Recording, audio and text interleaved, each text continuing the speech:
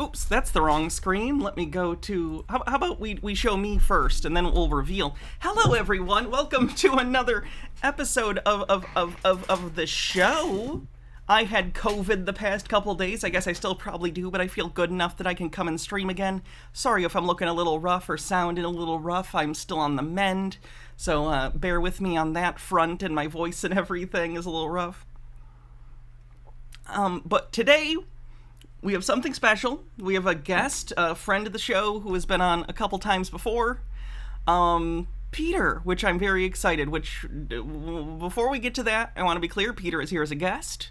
Do not be rude to Peter. Do not be a dick to Peter. It's fine to say you disagree and point out things that are wrong, but try and keep it civil. All right. And also, normally bits messages and stuff I read as we get them, but considering I'm doing an interview today, I'm only going to read them if I think they're relevant, and even then, I might just get to them at the end. I just don't want to keep breaking up the flow, so if you do bits messages or anything, just be aware I might not get to them right away. Real quick before we start, though, Jamie, thanks for 24 months, says make sure not to push yourself. I'm doing my best, I gotta work. Isaac Inanimate, thanks for 21 months. Pseudosapien, thanks for 34, says what daytime madness is this? Oh, the usual.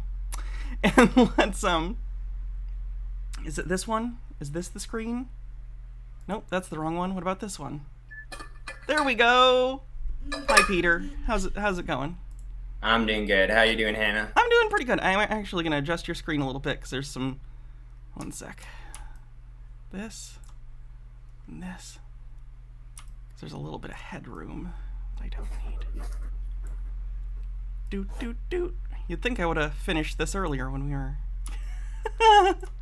Alright, so Peter, it has been a bit, it's been probably over a year, honestly, since we talked on the show.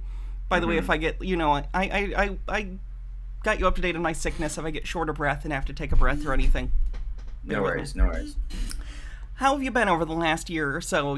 I know we have a ton to talk about, some politics stuff. You have your new thing that you wanted to talk about, which we will. For sure. And I don't know, just before we get into the heavy stuff, I guess personally, how you been doing? As much or little as you want to talk about. Personally, Peter, how have you been? I've been doing pretty good. I feel like I've grown a lot because this has been my first foray into YouTubing and streaming and all that. And I think it was a bit intense, and I don't think I handled it very well. And I saw some sides of me that I was like, oh man, not mature, but I'm growing, and I'm looking back at it now. I feel like I was a bit too harsh on Hannah, and that she didn't really have any bad intentions. And also, I don't think her followers reflect her behaviors, especially when she's trying to tell her followers to be civil. So I'm not mad at Hannah anymore. I think I shouldn't have been mad at Hannah, and I'm actually really excited to talk to her because she's fun to talk to. So I try. I'm doing pretty good. Chat asks if she brought new weed to share. I can't send it over. That's illegal, but in my state it's legal. No. I almost wore a shirt today it's like an I Heart Michigan shirt, but the heart is a pot leaf. I almost wore that just for you, but I I appreciate it. Decided to wear something cozy, which I thought was cute. I don't know if you've seen the Scream movies. Have you seen? I have. I can't read the whole. It says no, you hang up. I see. Because we're best friends, Peter, having an amazing phone call today. Also, have you seen? I changed my set. Have you seen my movie? Honestly, it looks okay. I'll give you this. The last one was very interesting. This one's an improvement. Thank you. It looks more professional. Professionalism is my middle name. These are all my movies. I collect movies. So. Oh, cool. Wow, I didn't know you're such a big movie fan. That's a great use of those movies because what else are you going to do with them? I watched them too. And I do? Okay. Yeah, I refinished this shelf too. Got this like $15 and I totally refinished it. So that's nice. Wow, you refinished it yourself? I did. Wow, it was nice. Good for you. Have another one out in the garage. I used to be really into woodworking, and I want to get back into it. But... Interesting. Now, are you married now? You said you have a wife. Last time I talked, you had a girlfriend. Yes, we got married. We got married last October. Congratulations. Thank you. It was a really fun time. Really fun wedding. Things have been great. I've enjoyed being married. You, of course, have the pleasure as well of being married, and you know that's really fun. If you don't mind me asking, could you just quickly tell me, are they like a man or a woman or transgender or? Oh, she's a cis woman. She's a woman. Okay. A woman who was born a woman. Got it. She's actually, I'm very proud of her. She's almost done with her PhD, which is nice. Whoa. So, yeah. Dang, that's not easy. No, very hard. I'm very proud of her. Why don't we get into the stuff that people want to talk about? Why don't you ask them what they want to talk about? And if you have any questions, I have stuff to say, but let me hear what they want to talk about. What do you want to talk about? Okay, so first of all, I just want to say we read your book. We read your book. I told you about this. I cringed at you destroying it. That's probably my worst. Did you watch me reading it by chance? I don't know if you did. I watched a little bit, but you were destroying me so bad. Hannah, did you know you're the only person to have ever read my book ever? Really? Yeah. You know, I brought it to hundreds of people. You are welcome. And that's not true. Your wife must have read your book at some point or something. You know, and I'll give you this, we were all very entertained. You know, it was, can I ask, okay, so this is a question a lot of us had when reading it. How did you come to the name of the robot Unconditional Lover? What made you decide to go with that name? Honestly, I even forgot that I had that name. Okay. Were you high when you wrote the book? Just question. Well, because I do have certain pain issues with food like that. I've been using cannabis on and off for about since I was like 20. For the last maybe like 15 years. So high, well, describe high. Was I blasted off into space? No, but I'm always at least mellow stoned a little bit. All right, fair enough. I don't know if we even talked about it last time. I also partake in weed from time to time. So you're not alone there. That's fine. You're good. Yeah, you told me. Okay, so let's see. What else? Can I talk about my religion a little bit? Oh, yeah, I showed Peter this. Yeah. I showed Peter the bullet crown that one of you made me, which is lovely, by the way. Did you know I paid them to make that for you and had it sent over? So oh, does that cover our back? I take credit. Yeah, is that how it works? Don't know about that. Honestly, you have a great fan. I have many. Love you put into. That's a really good crown. That would totally pass for a good crown at church. Okay. That's better than a lot of the crowns I've seen at church. So. Ooh, wait. Now I gotta ask: Are there like politics around people's like crowns? Is it like, oh, do you see their crown? It's not good enough. That's a cheap ass crown. Dude, that is a great question. I've been in the church for a while, and the longer I am, the more I really want to run far away from it. It's really cringy. The business model is basically be controversial and then get famous and hope you can harness some members from that. But generally speaking, the crown is a giant brown-nosing tactic to kiss up to the leader, because the church it's really about kissing up to the leader, and then he chooses you for special missions or special this, or gives you a job. And if you have a big, nice golden crown and you wear it every Sunday and you sit in the front, he's like, I'm going to choose that guy. He's ripe.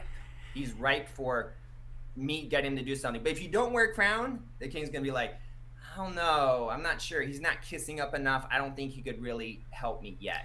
It's really how much are you kissing up to the king? And go ahead. Do you think it's a little weird that the pastor the leader calls himself king? Do you think maybe that's maybe a red flag and a bit weird? Like, isn't Jesus supposed to be the King of Kings? Isn't it a little presumptuous to have the title of king as the head of a ministry? You know what I mean? That's a fantastic question. Initially, I didn't think it was weird, but what ended up happening is his father is a self-proclaimed Messiah of the world. Yes, he also proclaimed his father that he's like the king of humankind or whatever. He actually invited a bunch of political leaders to an event and announced he was the king of humankind, whatever. And they're like, what the? Yeah, I've seen a documentary about him. Netflix actually released a thing about, forgive me. Yeah, this is I've watched them. Okay, you watched the thing about cults? Netflix documentary, including the ones about my church. I love them. I love that. Those are great documentaries, by the way, and pretty darn accurate, I will say. So does that give you pause to think that the church that you're in is considered a cult by at large?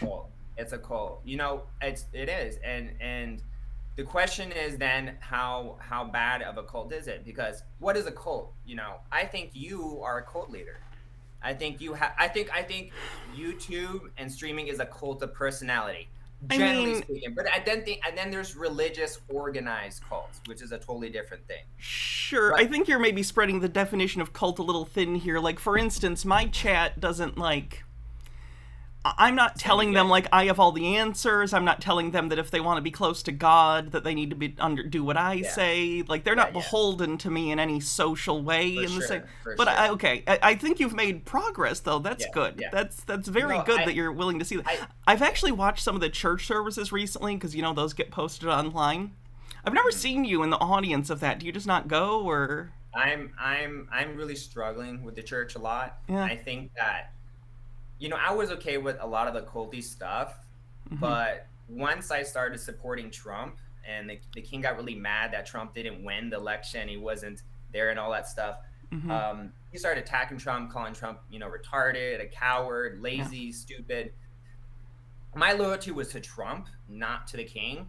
So that's why when I had these channel where I was saying Trump's going to come back, the military's going to come back, all that stuff, and I had like church Jack and the church thing, that was very controversial and that was a big deal. And I think that I basically become the big black sheep of the church. On the one hand, my family is a very useful asset for the church. Yeah. They're definitely taking advantage of us. I noticed that your parents seem to have a pretty close relationship with the Yeah, Reverend, or at least yeah, were doing things for him because their names were on some like official yeah. communications and stuff by the church on the website. Yeah, yeah. My dad was working for the church. My father-in-law works for the church, and they're all really cozy to the church. That's why it's very controversial for me to say I don't believe he is the son of the Messiah. I've always been public about that. It's extremely controversial, by the way, because that's the core teaching. I So think you're that like in this group, you're the radical free thinker here. You're like I am. That's the thing. I realized the more I'm a free thinker, the more I was criticizing the sermon. He said, people who think Trump's gonna come and save us are just ridiculous. And he made many, at least a dozen comments specifically addressing my videos, my belief, the Q team, and all that stuff, and attacking. And I felt ostracized in the church.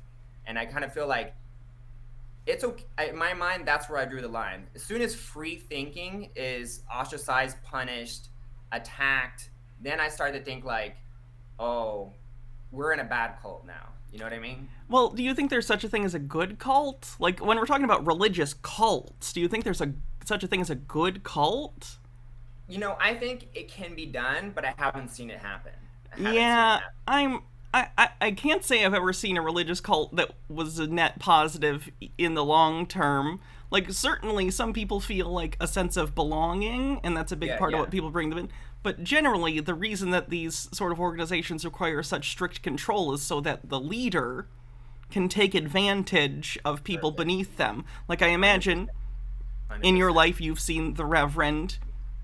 I assume Absolutely. he's pretty well off compared to the other people in the community. I assume, Yeah. well, from what I understand, his relative owns the gun store in town too, right, or something like that. His brother Brother, is I think the fifth biggest gun manufacturer in the United States. that seems like an interesting convenience. That like, oh, Oh, for sure. our church is focused around firearms, For and my sure. brother also sells and manufactures them, sort of Yeah. enriching Yeah. themselves There through the look, they've church. always been doing this. Yeah. When the reason I left the church initially, I left the church and was an atheist was because the original section of the church called Unification Church or Family Federation, whatever, they told my parents and all the church members around the world, depending if you were in a poor country, they would say 3,000. If you're a rich country, you might say 20,000.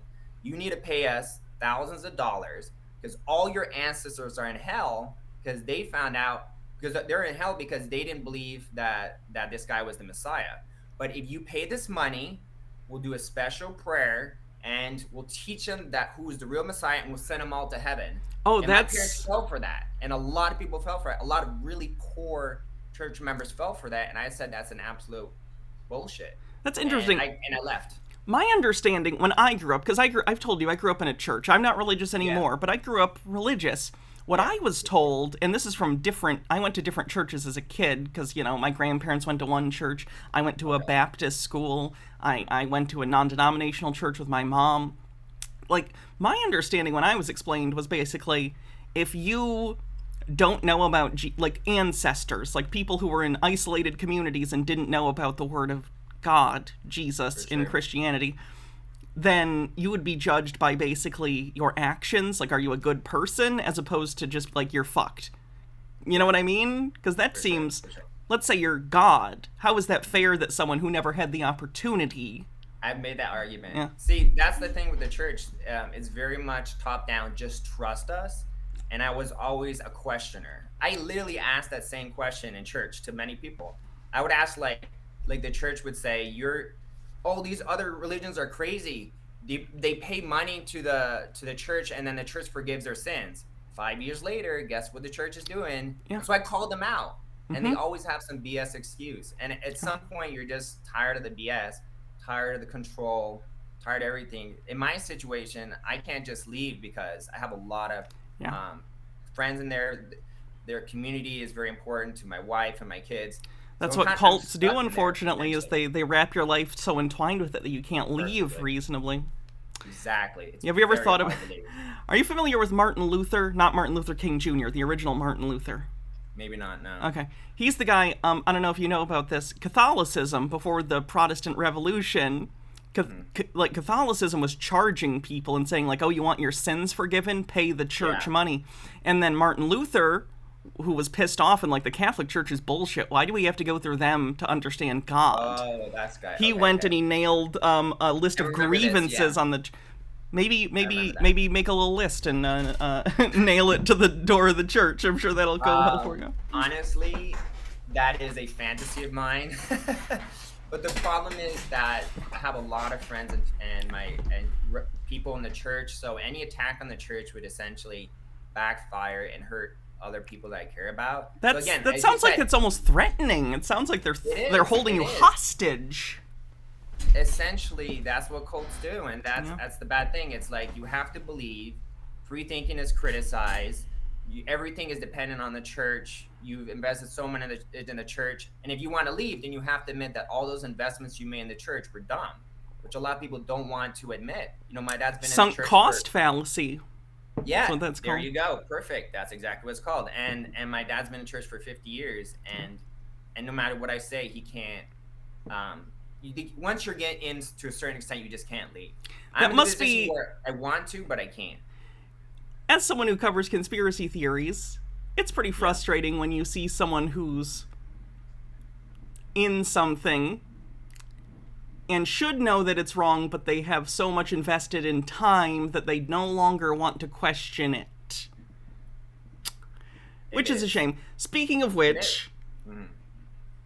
so Trump. Okay, how you feeling about the Trump situation, considering you were very into the Can't wait. QAnon thing, you were I very can't wait into to talk belief. about that. Okay, Yes, absolutely. first Go of ahead. all, do you think, I believe last time we talked, you thought Trump was secretly the president and we were all watching a movie.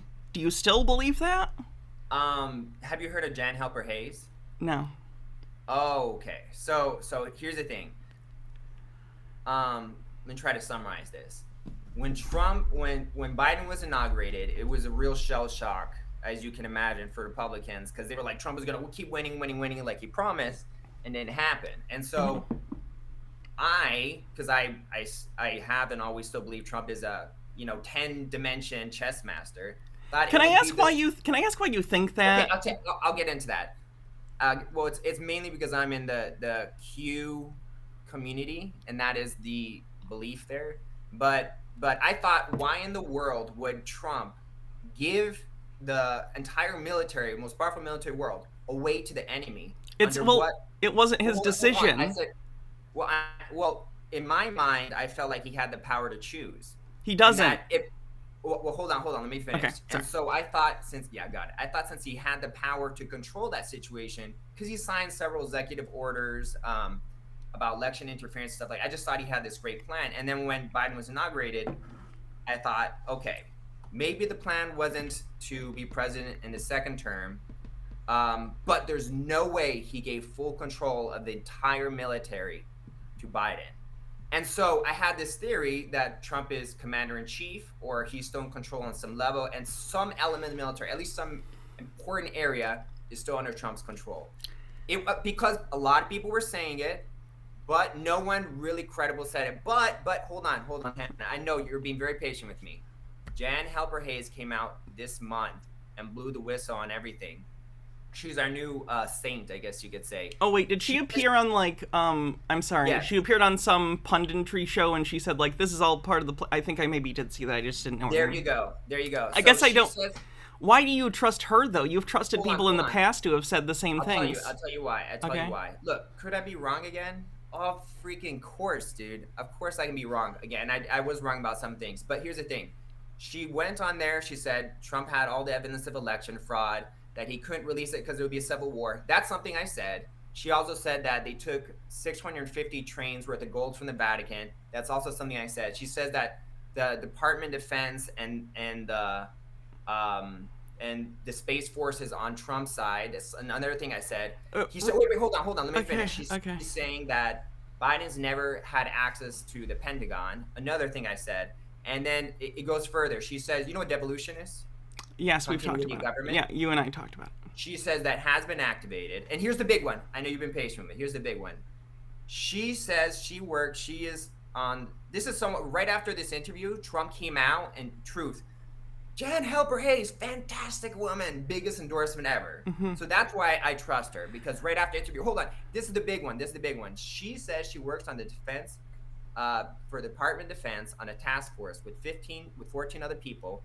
And their job is literally to talk to Democrats, talk to people who didn't vote for Trump, and see at what point the military can step in, because the military knows that Biden cheated, but they can't step in too early because they can create a civil war, because they will have to enact martial law. This is all going to happen soon, before 2020 for election, that they will step in. And it's not just when, it's not just if, it's really a matter of when. And she is trying to gauge reactions to people, and the Democrats, like, what they don't want is a big war between Democrats and Republicans and stuff like that. And that's part of the reason I wanted to talk to you, because to a certain extent, I was taught to not like people like you. And I had a lot of problems with that, because to be clear, I was taught people like you were not smart. People like you are to be hated. You're ruining the country. I try.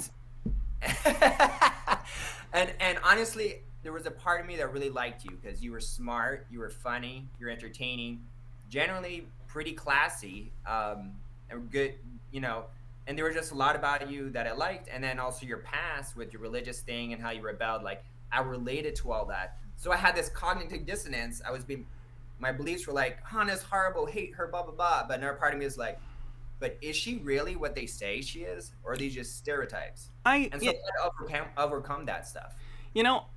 And a thing about cults, too, is that they try and tell you really negative things about people outside of them, so you feel dependent upon the cult. I'm really glad that despite the things that you were taught about people like me, I'm glad that you see through that and recognize that, we're just people. I do have to say, though, I guess it seems to me when you were describing all the things she said and why you believe it, it feels like when you said, it feels like your entire evidence set was basically, this is something I already thought, and she said it, so therefore it's true. And hold on, here, you're very close, and good job repeating that. You're almost there. The three pieces of evidence are, it's really two pieces of evidence. Trump endorsing her right after the interview. And evidence number two is the whole, trust the plan. There is a plan, and it just seems logical that these are the type of things that would happen. That Trump would be like, okay. Well, if you say it's logical, can you run me through your logic here, step by step, when you say you think it's logical? I can send you some of the executive orders, but Trump did a lot of election interference, executive orders. He put laws in place. He did a lot of tinkering in the government in the background for the 2018 election, the 2020 election, and then I saw nothing. So it makes sense that he did those for a reason. And now she's saying he did do this. He did do that for a reason. The reason was this. Hold on. Let me finish that. The reason was this. They set up 2020 as a sting operation to catch all people who are cheating. And now, in March 24th, they have all the evidence to live stream on YouTube in court. You've heard this, right? All the Yeah. proof of the election fraud. So this is just a counterattack. That's in a sting operation. And it makes sense to me. It makes perfect sense. That's why. Okay, but Peter, here's the thing. Everything you've said is evidence isn't evidence as much as it is you just crafting a narrative that suits, like, what would make you happy. You haven't said anything that's evidence. You've said, this follows what I already thought, or trust the plan. Like, saying trust the plan isn't evidence. Yes, That's a thought-stopping mechanism. That's actually a cult thing, too. Yes, look. That's... You are correct that I have 0 pieces of concrete evidence. And it's entirely based on trust in Q and trust in Trump, trust in General Flynn, Jen Helper Hayes. People who have said things in the past and have, have they been right about everything they've said in the past? Has Trump never said? Absolutely not. So why do you trust Trump then if he said things that turned out not to be true?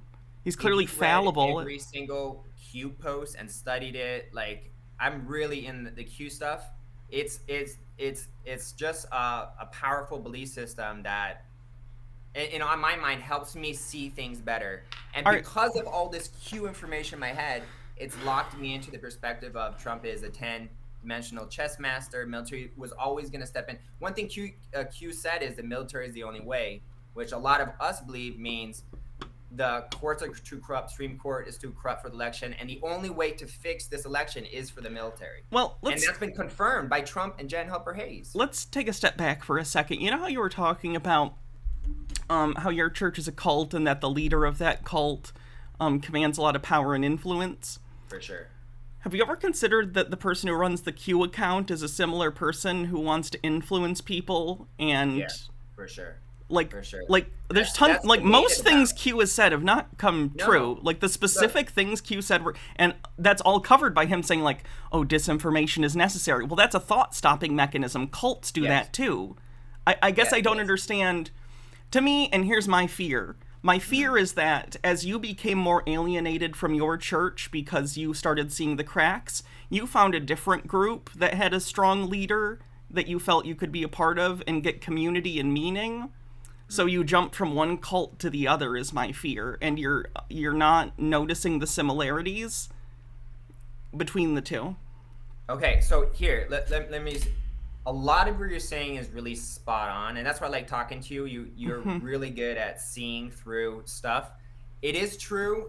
But here's a difference between... It is true that I've been wanting this type of community, type of belief system thing, so I was really attached to jumping ship to Q. But the difference is that although he says disinformation is real, he also says, like, I'm not the leader. He says, think for yourself, question everything. These are things that the person in my church would never, ever say. He says he's the leader. He says you're not allowed to question. And if you do question, you'll get in trouble. Okay. So those are the big differences. And when the Q community, free thinking is encouraged, research is encouraged, and my church is not. I feel like it's encouraged in the sense that you're supposed to research, but not to find...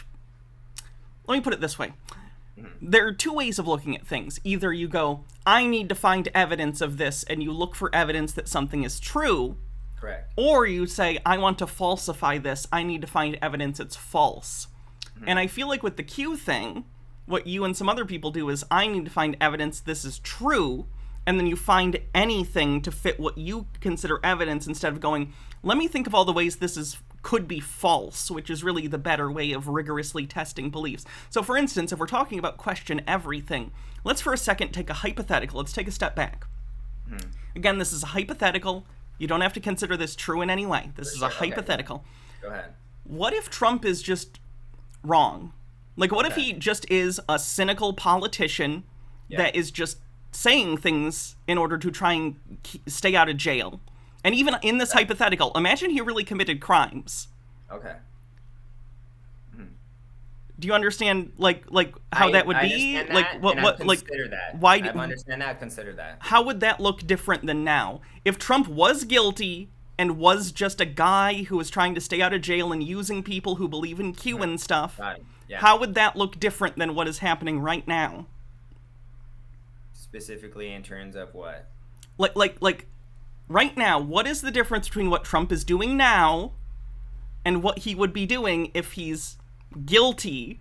And like, you think he's not guilty. You think what he's doing right now is because he's not guilty and because he secretly still has power. What would he be doing if he didn't have power and was really criminally liable and was just fucked? Okay. Like the mainstream narrative. I think he would be in jail or dead. Why? Because he's trying to save the world, and so he's No. Shh, wait. I said in this hypothetical, he's not trying to save the world. Oh, okay. He's just what. Think about what the mainstream narrative is. He's just a corrupt politician. Got it. And he's trying to stay out of jail by getting into the presidency again in 2020. In that world, what do you think he's doing? Like what how is that different from what he's doing currently? What do you think he's doing in a situation where he's really just a corrupt politician that is facing 90 felony charges and he has no power? I think the way you're wording it is confusing me. Okay. Are you saying that the way that Trump is acting right now is exactly how he would act if he was guilty, yes. if he was a criminal? Okay. Yes. Okay. But so then I don't understand your question. Are you saying to imagine it? I can imagine it. Or are you asking me something in that specific scenario? I guess I'm asking, like, what about what he's doing right now is any different? Like, why do you think he's not criminally liable? Like, everything he's doing to me and the evidence I've seen. Have you read the indictments, for instance? I'll tell you why. Real quick, have you read any of the indictments? Like, the actual court? No. Do you know the claims that are made against him in I've heard a few. Yes, I've heard a few. Basically, just so we're on the same page, it is alleged that he conspired with others, including Rudy Giuliani and other people within his inner circle, including Sidney Powell, the Kraken lady, and started a plan to conspire to get a bunch of fake electors to go and try and fuck up, the confirmations of electoral college votes, which is a felony. That's illegal. So there's video of that, like, not the actual meeting necessarily, though who knows what the Department of Justice has in evidence, but, like, we know that happened because, like, when it happened the day of in Michigan, there was video of it, and I watched it, of the fake electors trying to get in, and they've been charged here in Michigan. Okay, so let me answer your question, your original question. Okay. If Trump was guilty, if he was, to his back, they were about to get him, he's in trouble, he's committed these crimes, I feel like he would leave the country. I feel like he would run away. I feel like Where would he run? Very upset about these cases, very upset about it. But what he currently is doing is he and Jen Helper Hayes and everyone is like, yes, I'm so excited for this court case for March 24th. Jack Frost, the way that he set up that court case, Trump can subpoena everyone, and they're like over the moon excited. So if he was really, to the back, they were about to get in big trouble, he'd be like, no. But he's the extreme opposite. He's like, yes, it seems like he's continually melting down on Truth Social and freaking out. Like, he's acting like he's upset. His mugshot makes him look upset. Like, he looks upset in his mugshot. Yes, but here's the thing. Let's look at the mugshot in the context of my world, in my reality. Okay. The point of this, one of the main points of this mugshot and getting this and doing this was to humiliate Trump. And whatever he did, they were going to use it to make him look bad. Hold on. As a 10-dimensional chess master, did a amazing mugshot and then raised $10 million off of it. So in terms of strategic chess in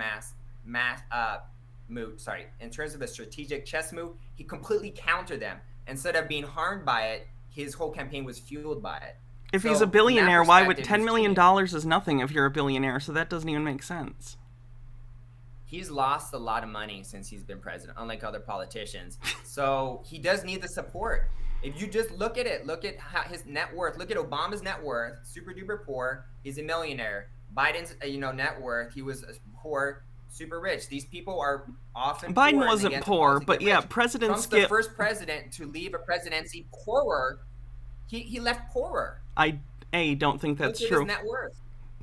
B, Look at his net he's worth literally before and he's after. literally under investigation right now for falsifying tax and income statements. You really can't look at his net income Okay. and assume that it's correct, Peter. Secondly, yeah, all presidents make money off their memoirs and speaking tours afterward. That's common.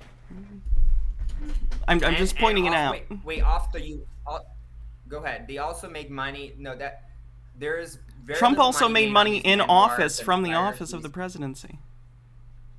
Listen, the most of the money that they're making is not from memoirs, not from speeches. It's from kickbacks from these big spending bills that go to Ukraine and all these other places. And then Ukraine That's an or these corrupt allegation. That's a countries. huge Hold on, allegation. You're just saying that. hold You on, would need to evidence it.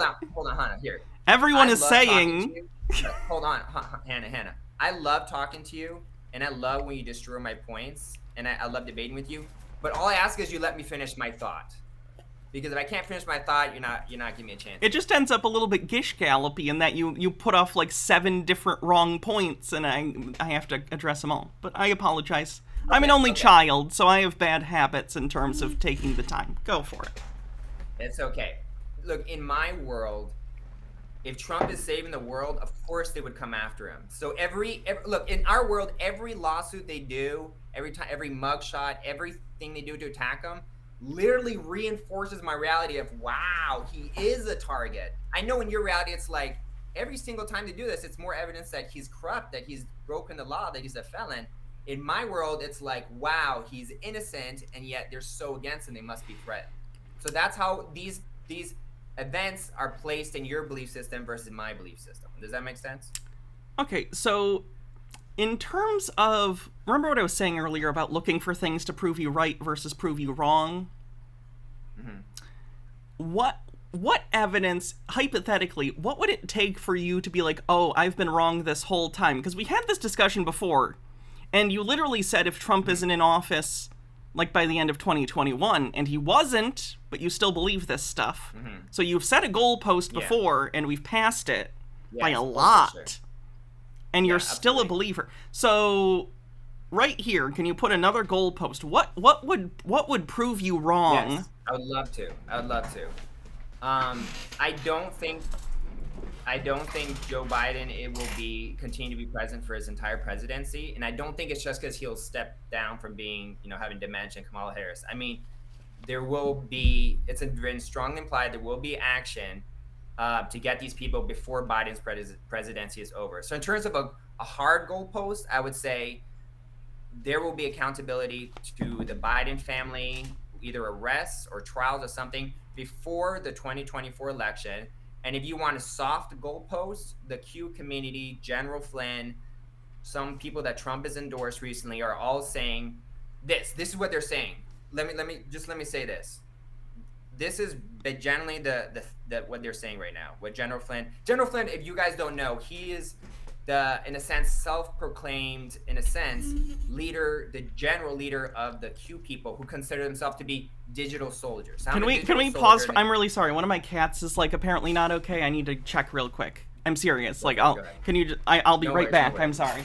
Okay. Be nice to the audience and have them be nice to you. By the way, I just had to say that the people in the comment section are being very respectful, very nice, and asking really good questions. So I'm loving the audience today. Just you guys, I appreciate it. I've only seen like really good stuff, really good questions, and so I appreciate the audience. Peter versus Chair. I'm not sure if I can defeat Hannah's Chair. Her Chair is too good at debating.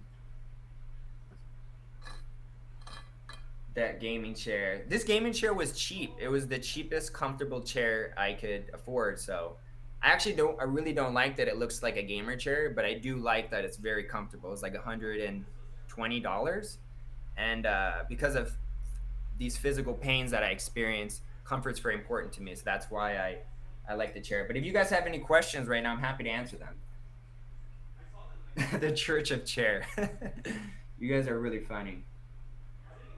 I appreciate it, creepy doll in the wall. I appreciate it. I'm trying to grow. That's important to me. Brent, you have to be more specific than that. You seem like a kind. Okay, I apologize. I'm back. Church. Yes, I am losing interest. Yeah, sure. Yeah, go ahead. I apologize for that. The cats are. So let me finish my point here. Yeah, let me finish ahead. my point. This is what the Q army, the digital soldiers, Trump. This is what they're saying. Again, they have said, a lot of these people, including General Flynn, have implied that something would happen in 2021, 2022, and things didn't happen. So obviously, I could be wrong, and I have theories for that too. But this is what they're saying is currently going to happen. But this is what I don't understand. These people have said things and things over and over again, and they've never been right. So why do you believe them at all? It's kind of like Majestic 12 or 13 or whatever. Why do you used to believe them, and then you were like, I don't believe them anymore. I'll get into that. This is what they're saying. And then I'll tell you how confident I am in it being correct, considering I've been wrong and they have spread bad information in the past. Mm-hmm. I'll admit that. They're saying that there's 20% of the population who still supports the Democrats, the Bidens. It's basically 80% Republicans or independents. And there's going to be like Democrats like 20%. And these Democrats are so in la la land. That's what they're saying. So emotion based. I don't think you are, by the way, Hannah. I don't think you are at all. I think you're extremely logical, and I really appreciate that. But they're saying this, and they're saying you can't convince them with logic. And so for the military to step in, there has to be some type of event that would unify the country so the Democrats and Republicans would be unified. And they're using this term. They're in 2023, United States will be unified by 99.9%. So everyone will be unified. And that event will wake people up. And once there's unification, then we can do the whole trial stuff in 2024, expose the election. Military can step in, and there won't be a civil war because we're unified as a country. Okay. This is what they're claiming. And here's that's going to wake everyone up. Hold on. They said this event that's going to wake everyone up is happening this year. You said that last time we talked. And also, every time I'm like, why do you believe these people? You've gone off on like, they're saying this, they're saying this. Okay, that's not what I'm saying. Yes. I understand guys, I told you the cats are okay. I'm not asking what they're saying. Because I understand you believe... I'm not... Every time I'm like, why do you believe what they're saying? You just repeat what they're saying. No, why do you believe them? They've never been right. They've never been right. They've never been right. Okay, I'll explain and answer that. I'm not saying this stuff because you asked me. I'm saying this stuff because if or when I'm proven correct, people are going to see me different. Even your audience. Even you. It's like, oh my God, I think he said the military was going to step in. They stepped in. Great. Peter literally said that. That's why I'm saying it. In terms of why I believe it, I can explain that. Look, there was people saying, the Supreme Court was going to overturn the election. There was people saying something was going to happen this year and next year.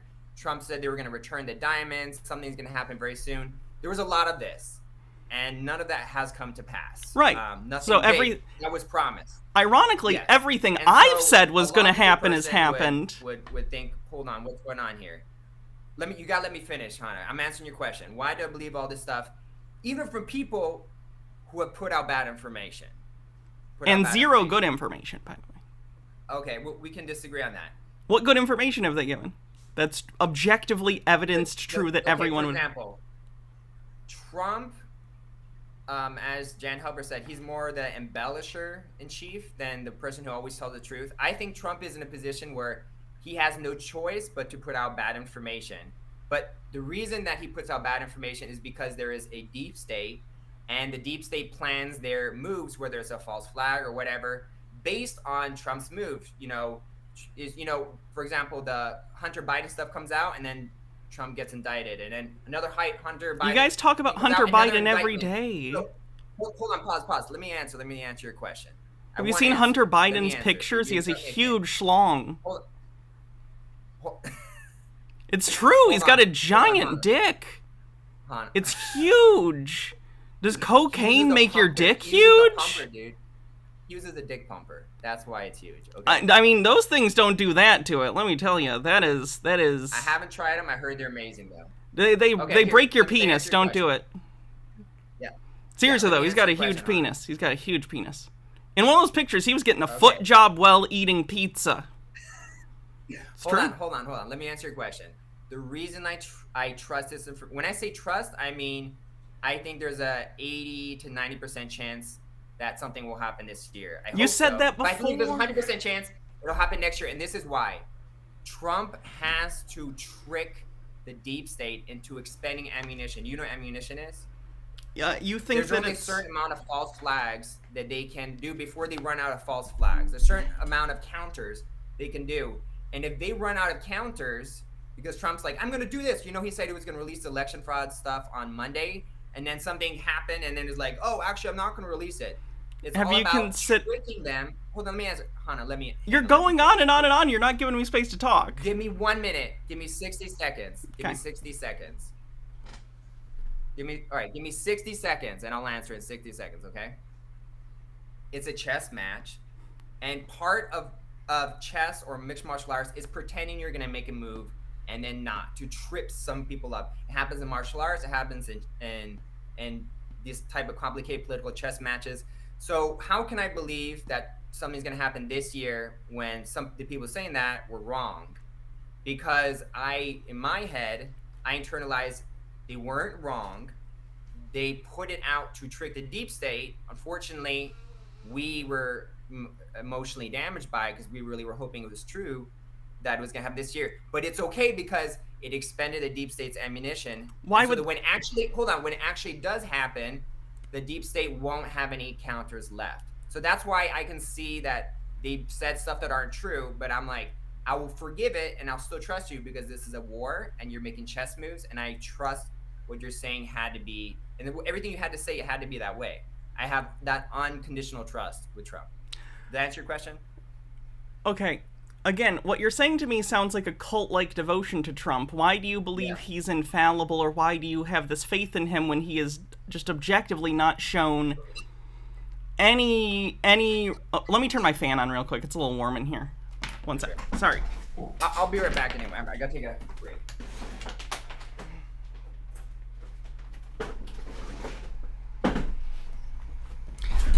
Oh, he got up.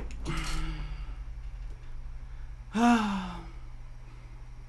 I can, I'm going to show him some other... You know that Michelle Ann Titler lady? I think I'm going to show him her. That might be fun. Chair battle. I'm a little jealous. I think Peter's chair looks more comfortable than mine. It's a good timing. I need to take my meds anyway.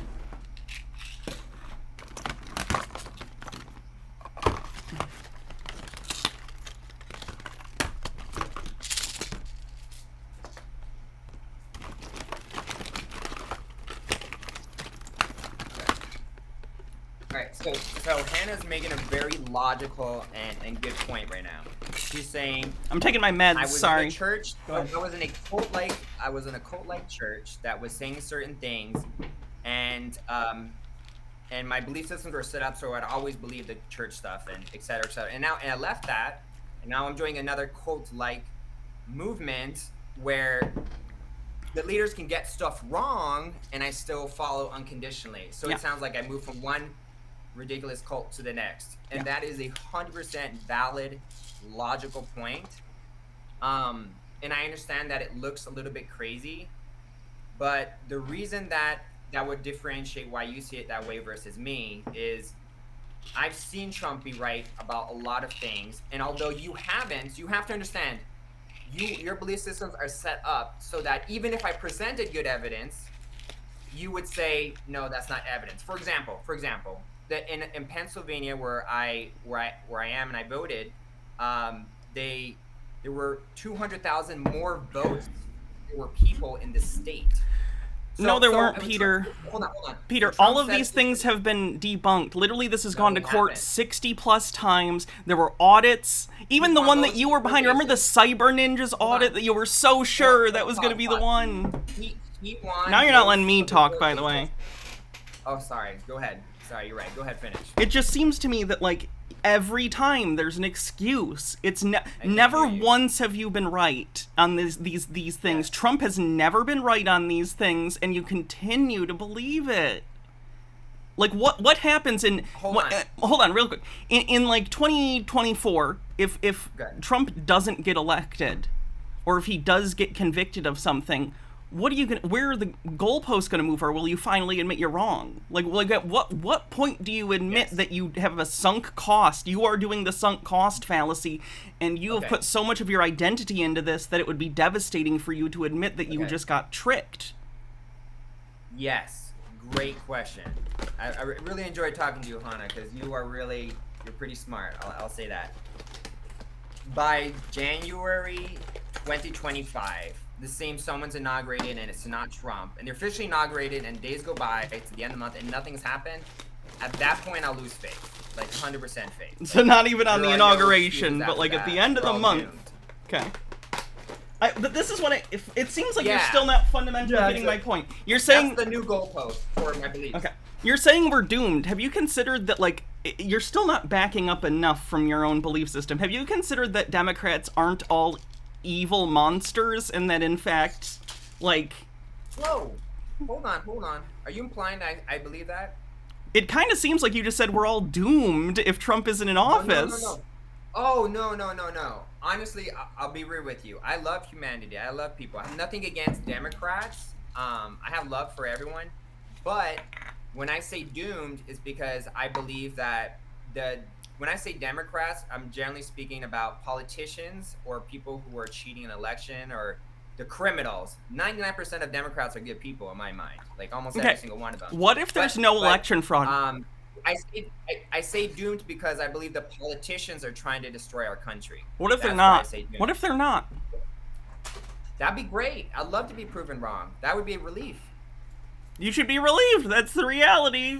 Politicians aren't... Don't get me wrong. I don't like... Politicians are shitty. I agree. But, like, Democrats aren't Satanist eating babies.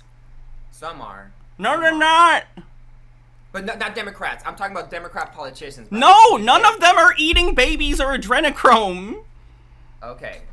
Literally, you can synthesize adrenochrome in a lab, easy. So it wouldn't even make sense to do the thing that you think is their plan. Sorry, I have pills I'm supposed to have in my tongue, so that's why I'm... It's fine.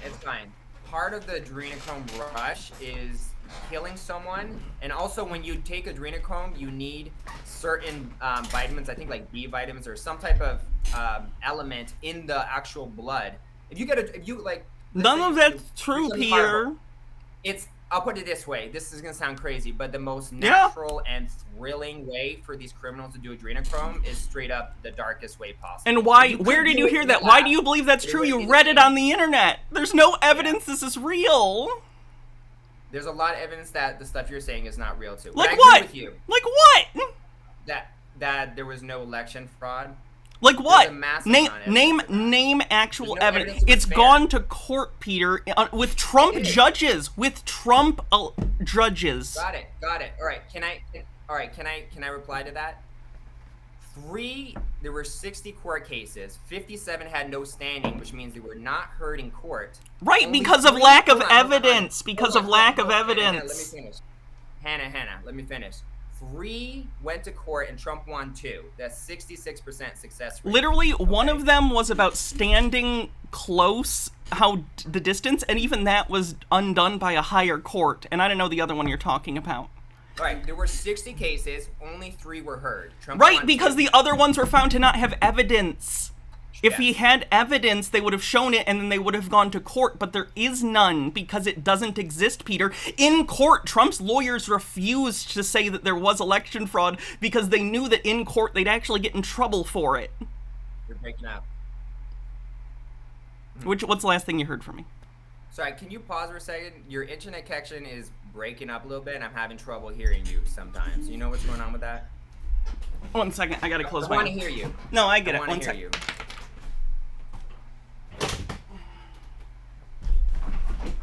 All right, can you hear me now? Yeah, I can hear you. I'll tell you I think the audience experience is seeing the same thing. You're like lagging a little bit, right? Yeah, if I have to, I'll reset, but we'll see how it goes. It does that sometimes. You need a better internet connection, Hannah. Oh, no, it's the deep state. The deep state's trying to block me from talking. Okay. Okay, look. Okay, so what I was going to say was, where was I actually? Oh, the reason that those court cases didn't get heard was because of a lack of evidence, and Trump's own lawyers in court refused to state that they thought that it was stolen because they knew that there would be repercussions for making false statements in court without evidence. Okay, so here, let me ask you a question. You've been asking me a lot of questions. What's going to happen, I think it's March 4th or March 24th, in 2024, when Trump goes to court and he now has subpoena power and he can present all the evidence. What's going to happen? What do you He think would have had happen? that power before, too. He's going to fail to prove election fraud? Yes. And also, that would be irrelevant to the case anyway? Like, even if there was, which there wasn't, that doesn't give you the right to, like, do illegal shit. Like, if someone steals something from you, it doesn't give you the right to go into their house and steal it back. That's still trespassing, you understand what I'm saying? But either way, no, there was no evidence of election fraud. Like, the Cyber Ninjas thing, for instance. You were really into the Cyber Ninjas audit. Understand? So what do you think happened there? Because they did it, and they found nothing. And they were very Trump-affiliated. Like, they are on Trump's team. So what in the world do you think happened there? I would tell you, yes. A lot of the election stuff was, we're going to release evidence, was fainting. Like, they're tricking up. How do you determine...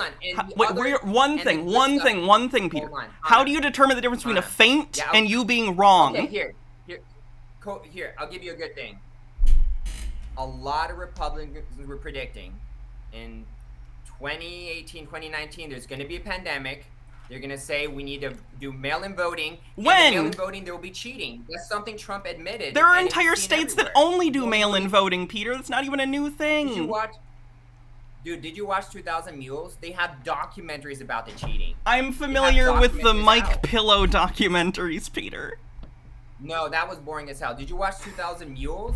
There's no way you can watch 2000 Mules and say there's no cheating. The movie done by convicted felon Dinesh D'Souza?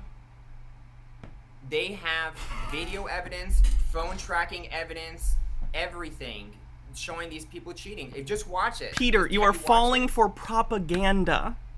You are falling... The videos are CGI? Do you think that propaganda means CGI, Peter? They have video evidence of people putting in multiple ballots. What's that? Is that CGI? Explain that to me, hon. Peter, I understand that you have put a lot of time and energy and your personality into this. But no matter how long we go beyond all of the goalposts you have set, what scares me is that you always find a way to claim that you're right, even though you've never been proven right once, nor any of these people have been. Did you just say I always have evidence that I'm right? Because in this conversation, I've admitted multiple times I've been wrong. I've admitted multiple times I've been wrong about a lot of things. So I don't know where this thing of... When I say right, I mean the overall picture that Trump is still a secret good guy. You think that that's okay, that's correct. Different. Nope. It's not. Be careful with generalizations, because I've been wrong about 100 of things. All right, lots of things recently. Mm-hmm. I've been wrong. I've been naive. I've been believing crazy conspiracy theories that weren't true. I've been believing crazy beliefs, church beliefs that weren't true. I've been wrong a massive amount, but with everything that every time I got tricked, scammed, I was naive, I fell for this stuff, you learn from it. You learn from it and you get better. Have you never been tricked? Have you ever believed someone who ended up tricking you, Hannah? I have, I'm sure it's happened. But I don't continue to believe that those people are saviors who are going to save the country with aliens and Fair bring enough. med beds. I agree with your point that some of these people, you would think I would lose trust in them, but because I'm so into the Q movement, there's so many things I've seen that prove that Trump is right. For example, would you at least agree with that Trump has been promoting the Q movement? Would you at least agree on that? Through Truth Social. Yes. He says he does their where we go one, we go all taglines. He supports Q accounts. Yes, I think that Trump is aware of the Q community and believes that getting them on his side. Right, because he wants people to do violent actions in his name, and Q people are a good way to do that. I'm not saying you would. I don't think you're a violent person, but you know that there have been people that in the name of Q stuff have done violent action. At least I would hope that you're aware of that. Okay. I have seen the mainstream media take people this who is are not Q followers. This is what I'm saying. You just don't believe anything. Look, hold on. Let me answer your question. Is it possible there's a crazy Q person who's harmed someone? Sure. I've been wrong before. It's totally possible. Am I likely to be that the people who committed these false flags were Q followers? I struggle to believe that. I think that's unlikely. Because literally Q says He's never mentioned anything about guns or violence. He Q's said never mentioned get adrenochrome involved either. politically. He says get involved politically on the local level in terms of action, but he's never encouraged violence. Neither has Trump. You and I both know that the Q posts are vague enough that anyone can read anything into them. I guess maybe you don't know that because you might not realize the mechanics of what's going on with them, now that I think about it. Anyway, I don't think we've talked since before January 6th, have we? That's a trick question. We haven't. January 6th, Peter. Yeah. Hold on. Can we at least talk about the drug enhancing performance drugs you're taking right now? My estrogen? The cocaine, the cocaine in your Coca-Cola. Dude, that's you're just trying to win this debate with drugs, man. It's just not fair. Coca-Cola hasn't had cocaine in it since I think 1920s, something like that. Why is it that first of all their formula is patented and a secret, and they're the only company that imports cocaine leaves. So what are the cocaine leaves for? Coca leaves. To this day, importing There's cocaine no leaves. They're coca leaves, yes. Cocaine. All right, coca leaves. Yes. Well, why do they cocaine is a manufactured product. Cocaine is a manufactured product. For sure. Coca leaves are in here, but coca leaves aren't cocaine. Cocaine you actually need to like make, like adding other stuff to it that's not the plant. Okay, fair enough. Do you think there's some natural form or version of cocaine in small amounts in Coca-Cola? Well, natural cocaine is an oxymoron. It'd be like saying... Okay, there's some element of the drug. Coca leaves, like the reason that cocaine even became a thing is coca leaves are a thing that, like, in their native country, people who live there actually like pick and they'll chew them because they do give you energy. But the thing about cocaine is it's not just the leaf. It's a bunch of other stuff that makes it a drug. Like it's like I think you're thinking of it like marijuana. Like marijuana, it's just there. You're right, Hannah. You're right. Cocaine isn't that. I was just joking. Okay. I was just joking. But you seem to be very knowledgeable about the topic, more than me anyway. But I think that's true of a lot of things. There's some cocaine-ish elements. There is not. There's caffeine. The stimulant in Coca-Cola is caffeine. I know. Okay, it's okay. I've taken some caffeine too, so we're on the same level. I feel like you really diverted and didn't want to talk about January 6th like at all. I'll talk about January 6th. I think it was the way that Trump said, like, you should come, it's going to be wild. I think that was a very important chess piece move. As for what was the general importance of it right now, it's hard to say because I've seen people who were harmed during that whole event. Well, members of your church were at January 6th, right? I can't speak on behalf of people who are that I'm personally close to, and I don't feel comfortable doing that. But there were a lot. So that's a yes. I wanted to be there. I wanted to be there too. Has anyone? Let's say hypothetically, there was someone from your church who had been there. Have any of them been charged with anything? Again, I can't speak on behalf of anyone, but as far as I'm aware, I don't see anyone in the church who's had any connection legally with January 6th or anything that I've heard of. If it's happened, okay. I'm not aware of it. Okay, great. One sec. But yeah, January 6th I think was a very important thing that was supposed to happen. I'm not sure why yet though. I mean, it seems to me that it was a lot of QAnon people and far right MAGA people trying to literally stop the count of the electoral vote so that they could forcibly make Trump the president, like an insurrection attempt. I will say this.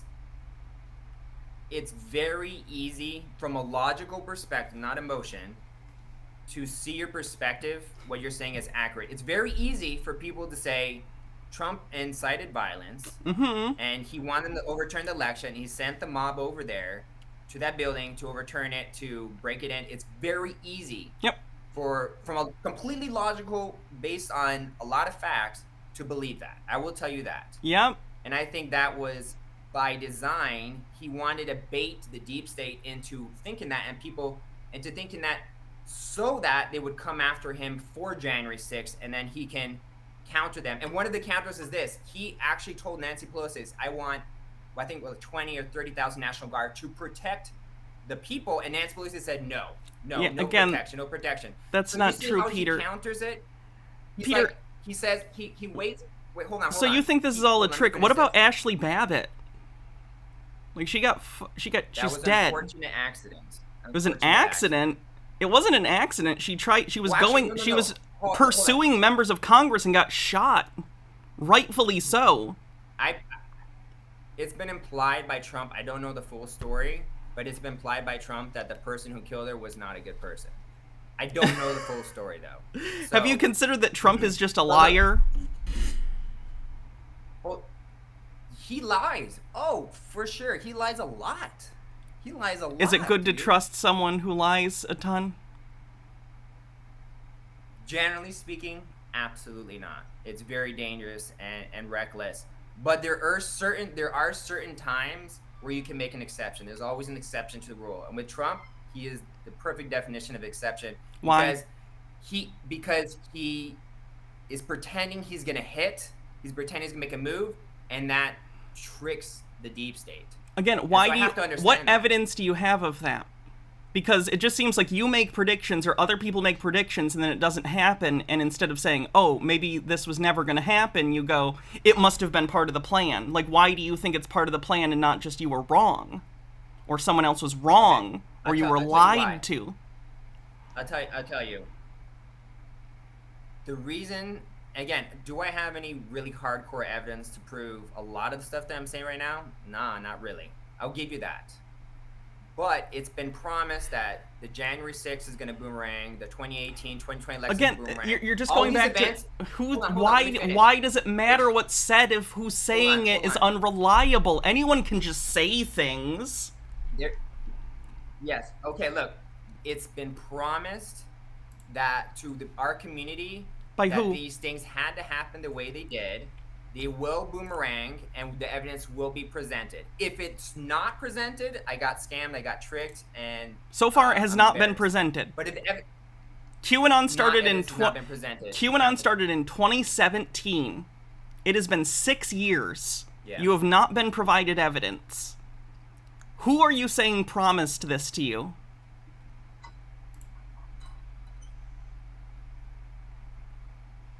I guess you could generally say Q promised there is a plan. Q is an anonymous poster from 4chan. That plan is true. It's not, I wouldn't say it's an anonymous poster. It is. People believe it's some type of military intelligence, a team Again, of military it is anonymous, though, so you are saying you think, but it is an anonymous poster. Correct. I can't prove. Correct. That's what's believed. That is what's believed. Why is that what's believed? I believe, yeah. For example. Why is that what's believed? Let me give you an example. In Trump's inauguration, he promised transparency. And then this guy, Q, which they're saying they're a team of military people. Who's saying? Hold on, Hannah. Hold on. I'm trying to point out what you're... Peter, I'm trying to point out what you're doing. You're trying to make your point seem legitimate by just saying people are saying... No. That's look, just... Look, Hannah. I cannot debate you, and I can't debunk you. Because as of now, I don't have any evidence to prove you're wrong. Right. And I'm not trying to. I can't. Right now, I can't prove you wrong about anything. Almost anything right now. I can't. Okay. Because right now, I don't have the evidence. Does that concern you? So I'm not trying to prove you wrong. I'm explaining my logic. And when you see stuff you can't like have Trump logic say, without hold evidence. on, let me finish. If Trump says he's going to provide transparency, and then military officials start in a legal way revealing a bunch of information, transparency of government corruption, that's for us, that we interpret that as Trump promised transparency, and it was delivered. So what if it's just what if those two things have nothing to do with each other? What if Trump said that and then there's just this anonymous, because you know that there were previous anons who said stuff, right? Like, there was FBI anon. What? There were, like, different people who did the Q thing before Q, but they all kind of died out. Right? You know this, Yeah, I there assume. was. So why Yeah. do you think that this anonymous poster on 4chan, who then moved to 8chan, 8kun later, why do you have faith in this anonymous poster who has never been right? Think about Majestic 12. You believed them, and they were never right. They were anonymous. So is Q. So why do you believe Q? Okay. It's very difficult to explain why I believe something when it's a lot of my beliefs are based on coincidences, but nothing really hardcore proof, like concrete evidence. Other than, for example, let me just give you a random example. Trump said on Q says on this day, enjoy the show tonight, and on that day, 5 years later, the whole Tucker interview comes out, which is a exciting show that shows that Obama is gay and he did cocaine and he had sex with this guy. So people in my community see that as that guy's already been confirmed to be a scam artist, to be clear. And even if I'm just explaining my logic. Also, you understand that if Obama was gay, that would be fine, right?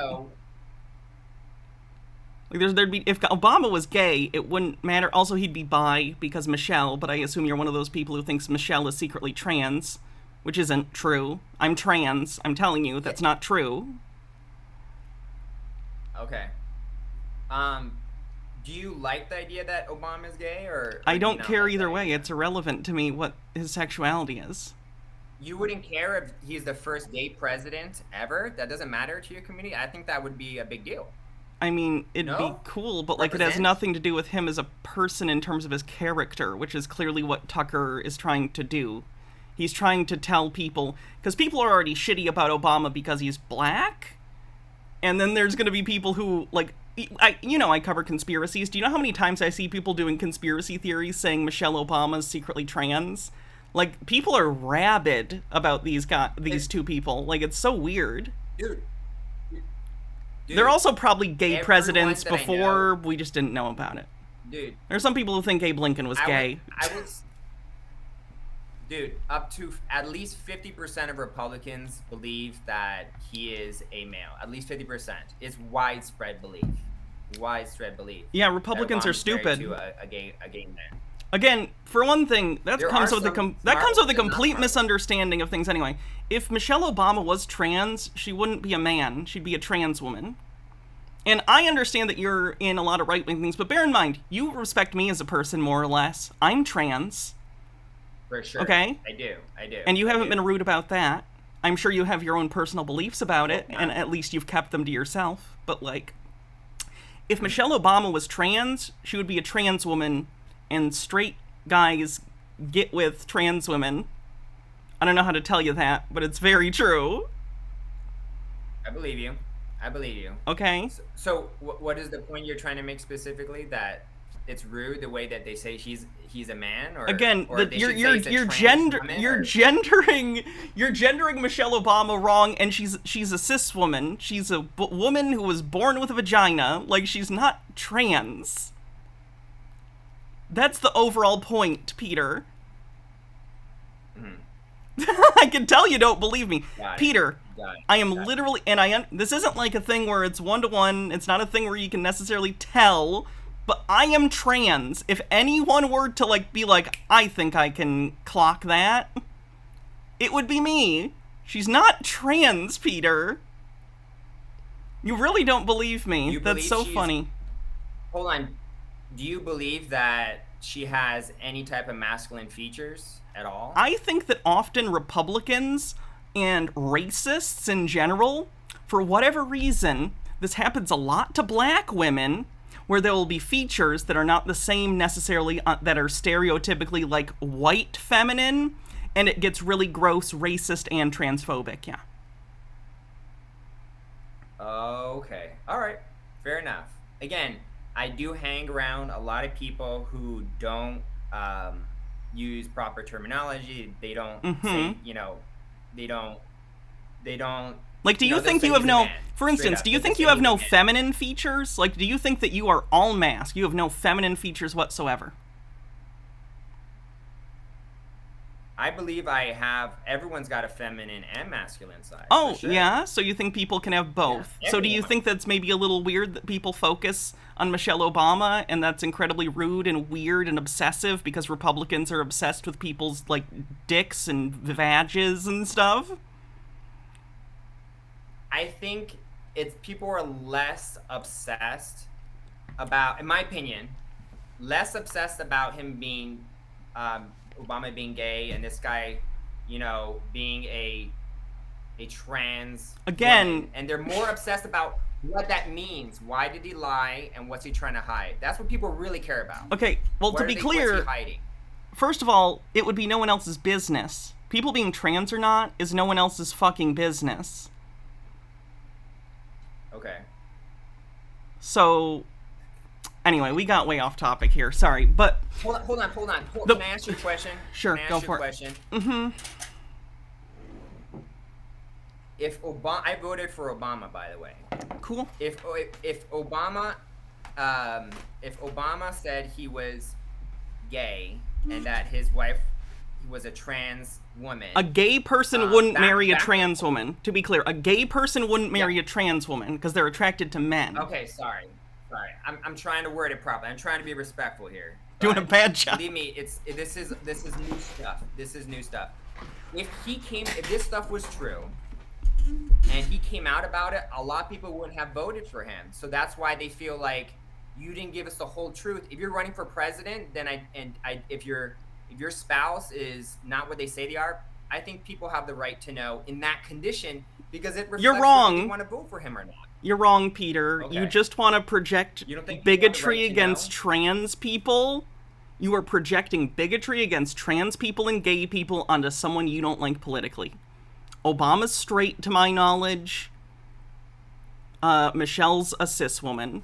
You just want it to be otherwise Okay. because you want another reason to dislike them.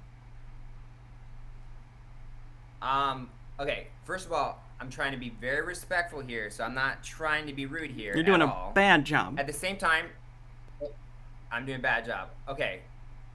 This is the point. I agree that this is a personal issue. It's a sensitive issue, and people have been very insensitive about it. I'll give you that. For sure. Rude and insensitive. But there is anger on my camp because at a minimum, if Obama is gay, or He's not. if his wife has a penis, to be honest, She doesn't. that's something voters felt like they needed to know beforehand, and that's the I'm only sorry. reason it's a Do joke. you vote based on the genitals of the first lady? What did Nancy Reagan's puss look like? Okay, look, I do not, but back then, I did have a negative view on this type of stuff, and I would have voted different. Oh, so you'd Now I you do wish vote you could have voted based on bigotry, is what you would like. No. That's literally what you Hannah, said. Come on, stop twisting my words. That's what you Let me said! finish. No. Hannah, please, can you let me finish talking and not misinterpret it? I said a lot of people in my community feel like they wanted to know that, is what I said. Hold on. I said that back then, had I known, I would have voted differently. But I also said, not the case anymore. At this point, I don't care, and I don't regret voting for Obama. It doesn't, honestly, my vote didn't count anyway. It So, did. I'm not saying if I had known, like I really regret it and I'm mad at Obama. But I'm saying that people in my community all do regret it, and they are mad at Obama for that. Why would anyone in But your why don't we church have move on? voted for I don't wanna Obama? offend You're you. all right-wing gun people. Like, I don't think anyone in your church voted for Obama. No. Okay, so what are you even talking about? You're mad about a when I say my hypothetical. community, I mean, a lot of people who voted for Obama, who are now Republican, to be specific, that community felt tricked. Well, And those that's all I'm people gonna are the say on dumbest people in the world, so, like... Okay. Why don't we move on for the trans thing? Because I don't have the vocabulary to say it in a way Obviously. where it's not gonna offend people, and I certainly don't want to offend people. Sounds good. Anyway, so the entire thing that brought us to this place is that something that you made you think Q is true is the deltas thing. You know, the 5-year delta that you were talking about. For sure. Peter, Do you understand that you could do that for anything? There are thousands of Q posts posted almost every day for years, so you could look at those and basically read seashells, read bones, see things in clouds. You could say, well, this happened 5 years ago. What can I vaguely relate to this today? You're going to get some hints. Hannah, look, you are so good at seeing BS, and everything about me that was a little bit of BS, you calling it out on the spot. The way that Q said, disinformation is real and multiple meanings exist, and then wrote a bunch of really complicated stuff. It makes it easy to find connections, 5 years off, or this meant this, or this number. It makes it extremely easy. And there are a lot of people who make these odd connections, and it's like, whoa, something's gonna happen. And it was just nonsense. It was just make-believe. It wasn't based in reality. That happens. But then there's certain ones that we do feel are confirmed or logical or pieces of evidence. But there's a lot that's just trash, and it was just hopium based on weird connections. Okay. I think we're a little bit going on circles on this. Can I show you someone real quick? Because I'm just curious what you think of her. Sure. She's another Q follower, and I'd like to show you if that's okay. Can I do a screen share to you? Let me see. I don't use this app, so... More options. Does present do that? There we go. Share. I'm excited. Do you see this? Can you see the thing? See it. Okay. I'll fix the thing for the audience, and we can just talk about it as we're going. You can pause or whatever.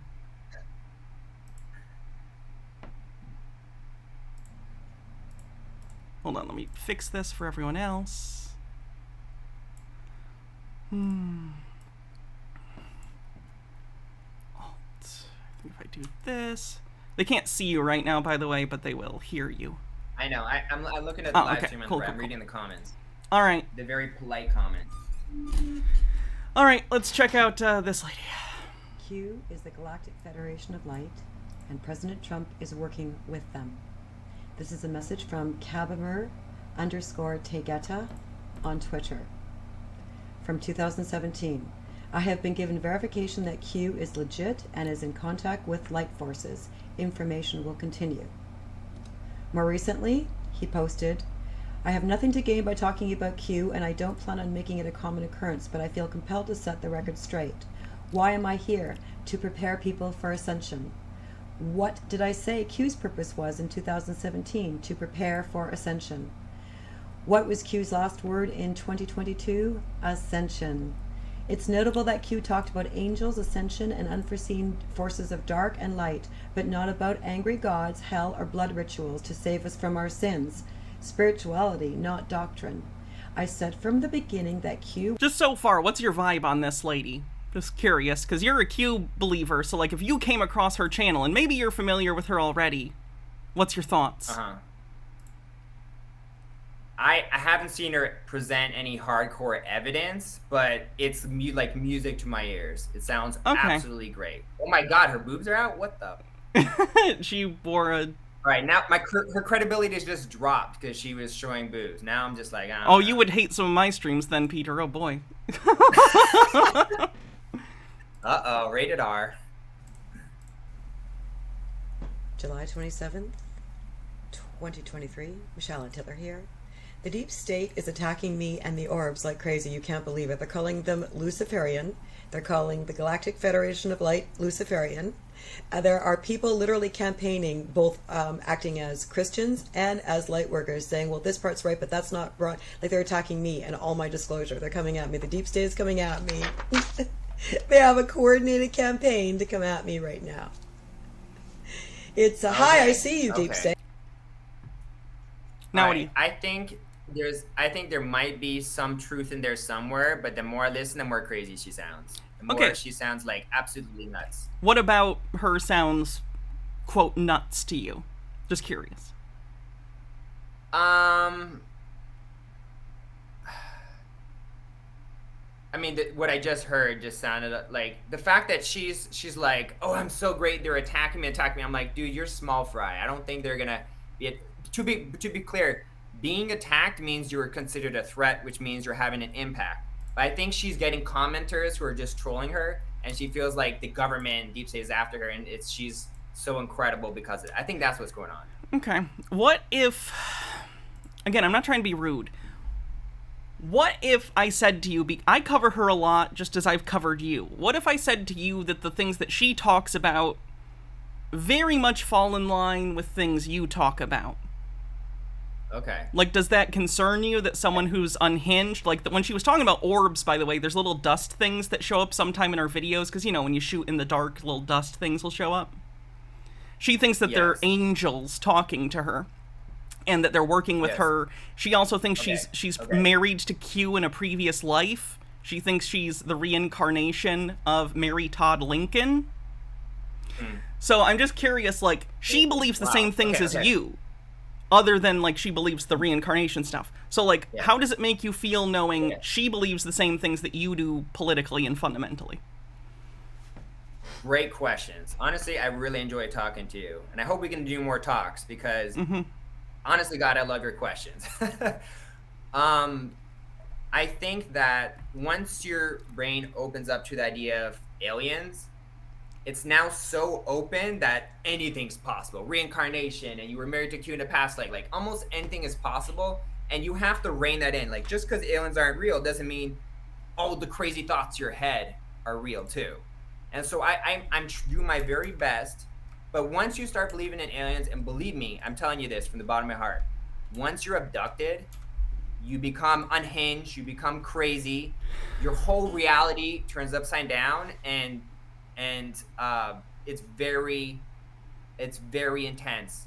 Suddenly you believe everything, or you don't know what to believe. It turns your whole world. All right. How about this, Hannah? Would you feel like you go a little crazier and unhinged if the military stepped in, arrest Biden in a theoretical situation, and on the elections of 2020? Would you feel a little crazier and unhinged, or kind of like, what? Like your whole reality is flipped upside down? Honestly, how would you feel? I would need a lot of contextual information, but most likely in that case, it would be a military coup, which would not be a fun thing. Okay, hold on. But if it happened and they actually were in the process of changing your belief because they present all the evidence in a theoretical, let's say you're half convinced because the military comes in, they prove it in an undeniable way, they prove it. Would there not be a whole thing going on in your head, like my whole reality is being challenged? And so that if it turned out that all of the things that you say are true and were evidenced to be true, yeah sure. A lot of world-changing, worldview-changing things happen. Right? Sure, but you believe in aliens, so aren't you saying that your ability to determine reality is a bit borked?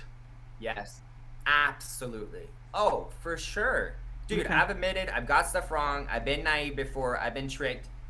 Once you start believing in aliens, and once you start, being abducted, everything changes. Like you want to believe the truth, but you get led into certain things. It can totally affect your ability to even gather correct information. Yes, absolutely. And that's I think been part of one of my problems, part of the reason I get sucked in certain things and get tricked, because it's almost like I'm waiting for a leader to come out there and be like, aliens are real, Peter, you're not crazy, it's all gonna work out. And until that happens, people are gonna be unhinged, like, what the fuck, why am I being abducted, you know? Have you had any more alien close encounters since we last talked, by the way? I know we talked about the one on the roof where you were at that abandoned school and the guy maybe drugged you. I know we talked about you thinking, you believing that you have an alien child because they stole your seed. No. Oh, yes. Yeah. Did you forget for a second that you had an alien child? Yeah, I did. I did forget for a second. Oh, yeah, I did. Deadbeat dad. I think it's certainly possible that it was a dream, and certainly possible that it isn't. For a long time, I thought it was a dream, but then when I started seeing that these people who were abducted, they were having the same type of dreams, then I started to doubt, is it the dream or is it reality? I'm 50-50 on that. People have the same kind of dreams. Like, some people have the same dream of, like, I don't know if you've heard this. Well, I guess I don't know if you went to public school. But, like, me and my friends and people I've known in my life, there's a common stress dream where you're, like, you're in school and you didn't study for the math test, or you didn't go to class. Like, there are things that are common enough between people that we will have dreams of the same thing even if we don't know each other or have the same life experiences necessarily. Or like, Yes. I have a stress dream where, like, when I was in high school, I worked at a McDonald's, so I'll have a stress dream, even though that was over 10 years ago, me being like, oh, I'm working at McDonald's, and there's so many orders.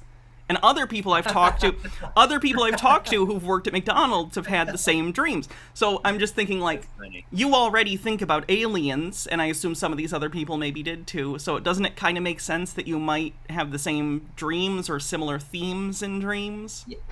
Honestly, I have my two most common dreams are stress dreams about school and aliens. Those are the new, and yes, it's totally true that it could just be the fact that random people watch movies and they have these dreams and stuff like that. But it's for me, it's with dreams, it all seems like just a dream. But every once in a while I get a dream where you start to wonder, was it really just a dream? Was it a vision? Was it actually walk downstairs into my house? I literally was sleepwalking and I met this person on the balcony, this person. Well, so people can have very vivid dreams when sleepwalking or... Yeah. I'm saying these experiences feel different. For example, have you ever had a dream where you're like, oh, I had a stress dream, and you're like, that's a dream? Or if you're maybe, well, that happens all the time with me, but with that specific dream, I woke up and I couldn't stop thinking about it, and it really got me like, what the hell was that about? And so those are different. They feel different because could it be just a dream? Of course. I have no evidence to prove it. But I start to wonder when I hear that other people later on in life had similar dreams, because this whole theory of abduction is often they're taking sperm to create hybrids. And so how did before I even conceived the idea, before the idea was in my mind, I see a hybrid child that looks like a hybrid between me and a great alien. It makes me wonder. I guess I don't, like, okay, let's think about this for a second. Let's do even an example of, like, humanity. So, for instance, you know, animal husbandry is a thing. So, like, on a farm or whatever, the people who work there will impregnate the cows for whatever reason, you know? But they don't go out into the middle of wherever you would find, like, a wild cow and take them and jerk them off. They, you know, have cows that they have there that they have already bred, and then they get them from them. So, like, I'm an alien, I think I can figure that out. I'll kidnap a couple humans thousands and thousands of years ago, and then with the offspring I make from them, I don't need to keep going back. I can just breed them. Like, if aliens are this dispassionate about human beings, they would just breed them like animals. So this is a controversial belief, but the more you get abducted, the more you fall into the category of it's way beyond sperm and hybrids. The whole entire Earth is an experiment of different species of alien hybrids trying to create some type of perfected or amazing superhuman species. Hold on. I believe it's very likely. I was just gonna say, if you ever do an autobiography, Way Beyond Sperm and Hybrids would be a good title. I'd recommend. Thank you, Hannah. Thank you. I believe, this is my own theory, that every single country and every state is probably an alien experiment. I didn't hear this from anyone else. What about when borders change? Borders change all the time. That's part, either it's an accident, it's contamination to the experiment, or it's on purpose. One of those two. So, like, this isn't even a long time ago, like, East and West Germany. Like, what's up with that? In 1989, the aliens were just like, let's get David Hasselhoff in here and we're gonna tear this wall down. It's a general theory I have. I can't say specifically to that. Again, it would either fall into the category of the aliens wanted to end that experiment, or humans contaminated the experiment through their behaviors. One of those two. Okay, I can't prove it. It's a theory. I'm horrified to ask this question, but my brain won't let me not. Go ahead. So World War II changed a lot of borders. Yeah. Adolf Hitler. What do you think Adolf Hitler's role vis-a-vis aliens in this experiment were in World War II? Oh, man. Have you heard of reptilian aliens helping Adolf Hitler build UFOs, and he eventually Oh fled God, to Der Glock! Antarctica. Der Glock! The Did I bell. go too far? Did I lose you? No, I'm familiar with this. It's just not true. This is like real society shit. Oh God. I'm sorry, I've disappointed you. Okay, I'm really scared to ask. I'm so scared to keep ask going. this. No, I keep generally going. I'm like you, enjoying Peter. it. I really don't want to ask this, but now I have to. Go ahead. Do you have any socially unacceptable views about the Holocaust? Honestly, I'll be completely honest with you. I don't know almost anything about the Holocaust. Okay, It would be like talk. I'm not just saying that to not get in trouble, because I know you Okay. could easily get in trouble. I genuinely know jack shit about Okay, the Holocaust. so I can't even. Anything I said would be stupid, I'm sure.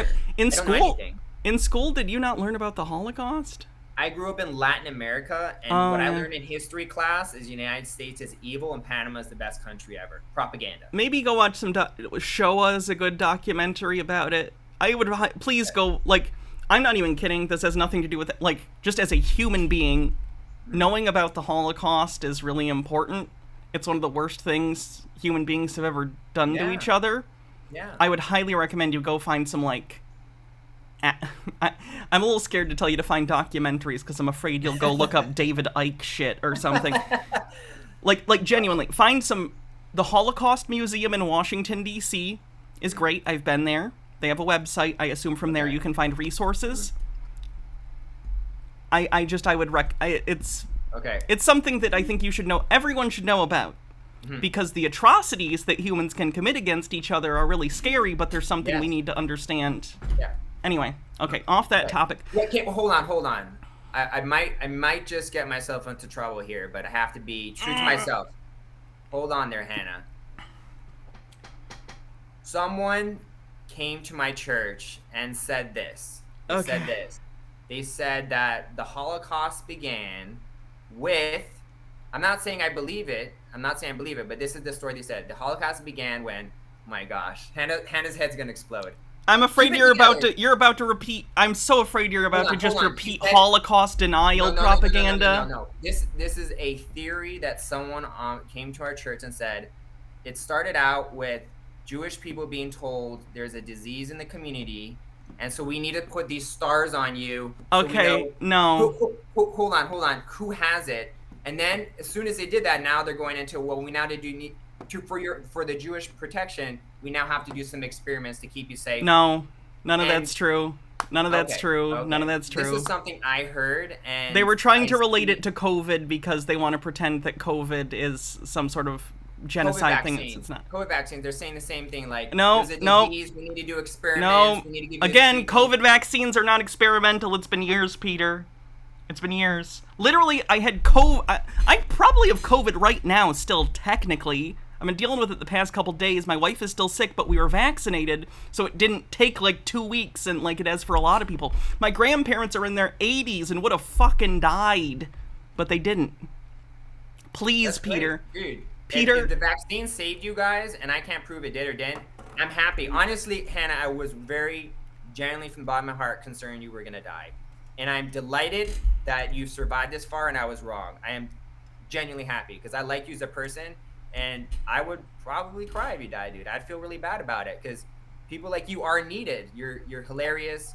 You're a fantastic debater. So I was worried about the vaccine stuff. And I don't really want to get into it because, first of all, I'm going to look like an idiot. And anyone who believes me is going to get stressed out, which is not good for their health anyway. But I'm so happy vaccines are working for you. They work for virtually everyone.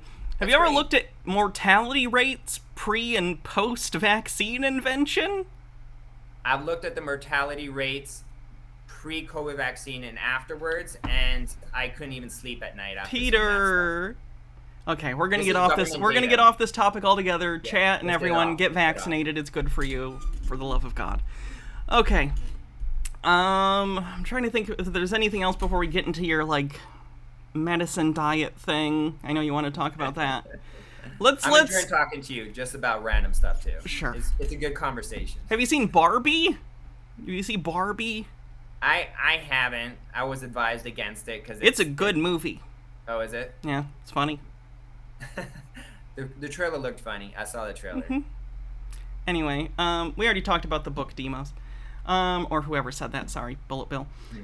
Okay, so you have this new thing. We saw a video on it. I briefly looked at the website. The quote-unquote medicine diet, which I'm pretty sure you might want to change that name because, like, I think legally you can't call something medicine like that if it's not FDA approved. So you might want to change the name for legal reasons. Just a warning. Like, I'm not going to do anything. I don't give a shit. I'm just letting you know. I appreciate it. I will look into that. And, Okay. that's what I like about you, Hannah. Whether you like me or not, I'm not sure, but you do give me good advice. You do give me good advice, and I try. appreciate that. No, honestly, this sounds really weird, and people in my community are going to hate to hear this, but you've had a big impact, positive impact on my life by roasting me to death with your feedback. Thank And you. often people in my community are afraid to be critical of me because they don't want to lose my friendship or something like that. And I don't grow like that.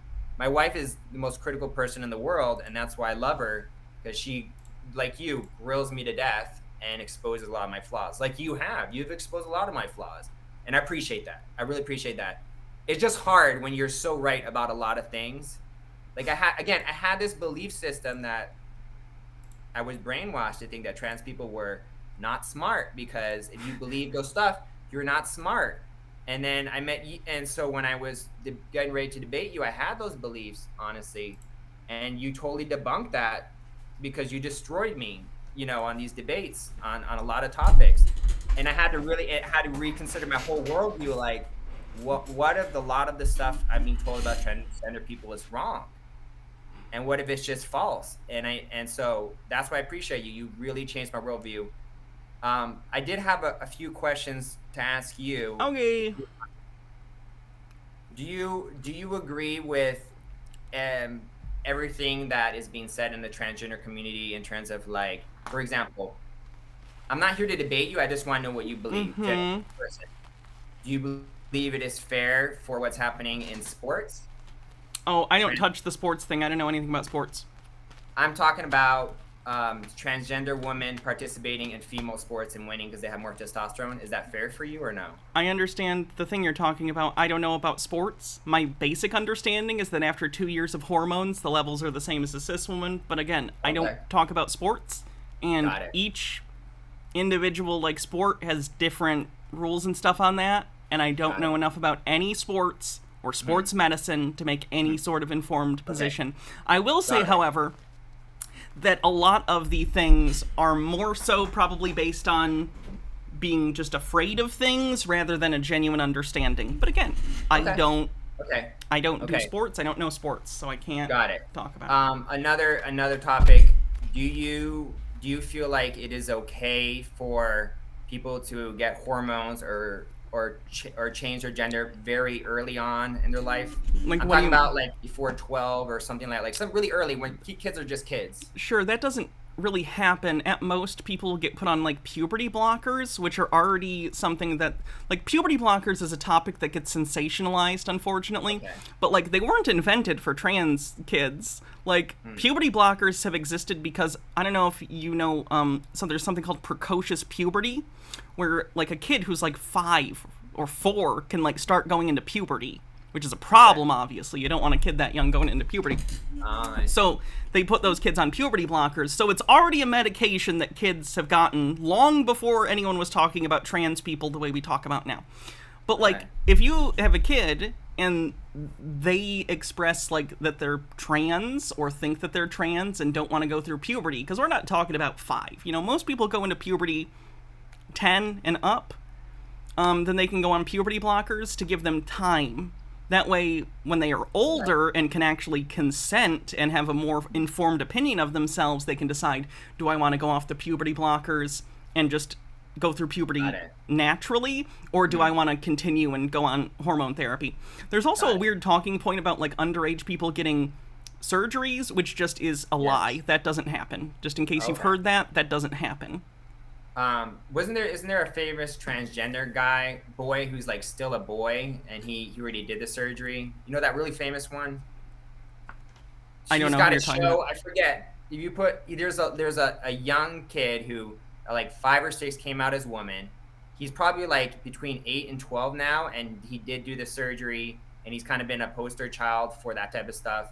And I have no idea who you're talking about. Has anyone in the community heard about this? And also, you're misgendering this person. So, did you say I'm misgendering? Sounds like if someone is a trans woman, she. Okay. Like if the person is like me, like if they're clearly outwardly presenting as femme, she, Peter. At least on this show. I'm not gonna. I don't hang out with a lot of people like you, so I haven't practiced talking about this stuff. But again, I'm just learning like you. And are you talking about Jazz Jennings? What did they say? Jazz Jennings? Jazz Jennings got surgery at 17. No, there's a boy, a young trans. Again, it's so confusing because you don't know how to talk about this. I don't even know if you're talking about a trans man or a trans woman because you don't understand. This is a girl. This is a girl who got surgery. Okay, who's the person? I wish I could find it real quick. Where is it? You know what? Now that I'm looking, I can't even find them. Okay, so that evidence. Good job on research. I got nothing. I wasn't prepared, but I just thought you would know him for some reason. So I don't think it's a real thing, and even if it was, like, if there was an exception, that wouldn't be the rule. Like, there aren't doctors in the United States who are performing bottom surgery on children. Okay, so I'm very glad to hear this information coming from you that this is very rare. It's not, let me clear, it's not rare. I have never heard of it happening. I'm not saying it's never happened because I don't know, but I have never heard of this happening. Okay. The earliest I have ever heard is like 16 with parents' consent. And that's the same for other surgeries too, for instance. Like if your child wants like fake boobs or something, they can at 16. And I'm not talking about trans people, I'm talking about just any, like if someone wanted a breast reduction or enlargement or any other cosmetic surgery, I think generally at 16 you can do with parents' consent. So that's standard. There you go. Thank you for clearing that up. I appreciate that. Again, you're very knowledgeable about a lot of topics, so I'm learning a lot from you just from this conversation. Don't think you're not getting to me, Hannah. I'm learning from you. One last question. Again, none of these are gotcha questions. I'm genuinely interested. Have you heard about the concerns about being on these puberty blockers or these hormones long-term in terms of cancer, stuff like that? Are you worried about these effects on people or no? No more than any other medication people are on. Aspirin has side effects. Like again, these are medications that aren't new, but you don't trust medicine in general, so, like, it doesn't really matter. You don't trust it anyway, so. Okay, got it. Okay, and you're doing estrogen and stuff like that? Yep.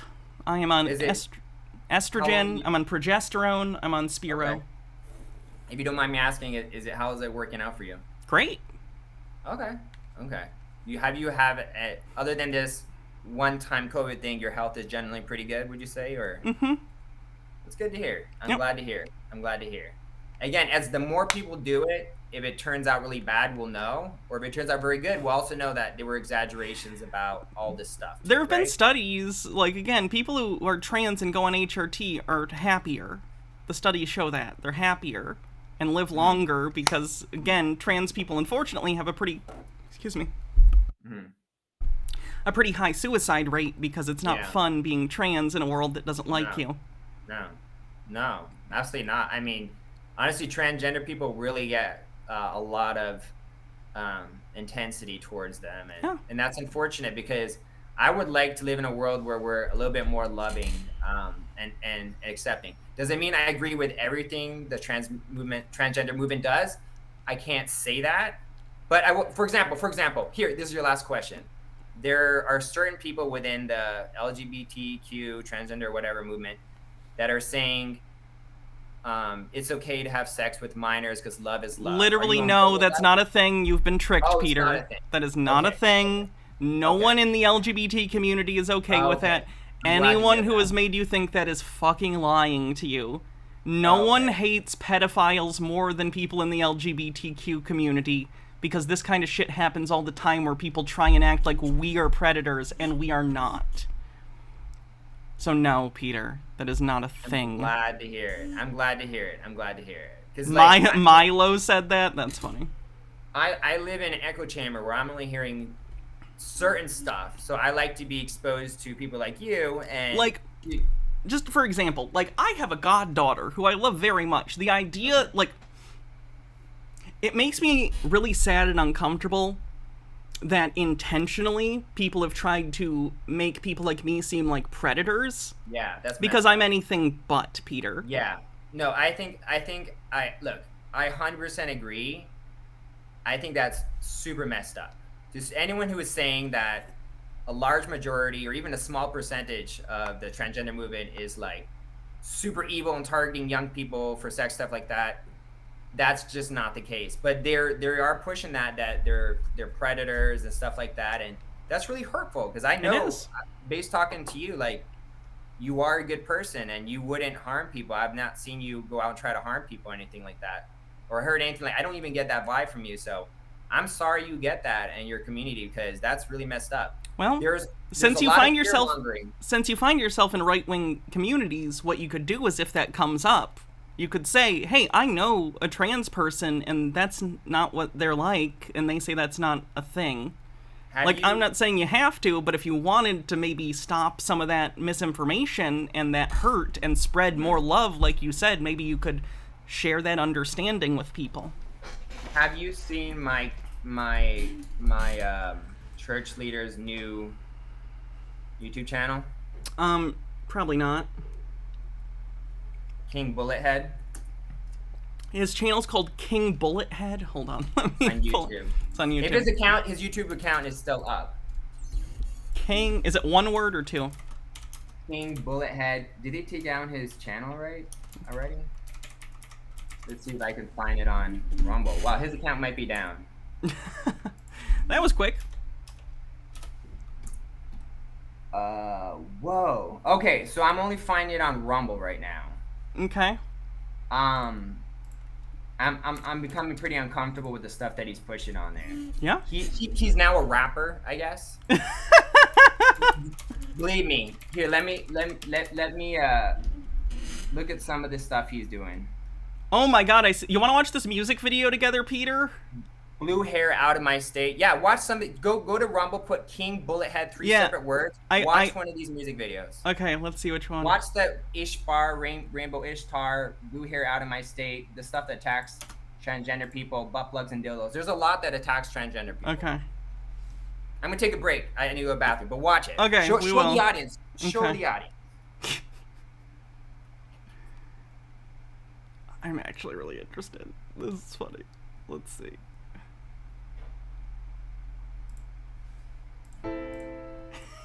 Hold on, let me get... Oh.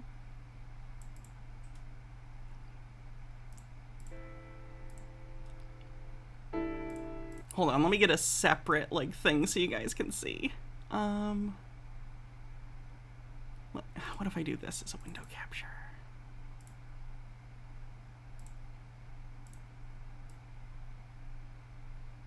Do this and then bring it up.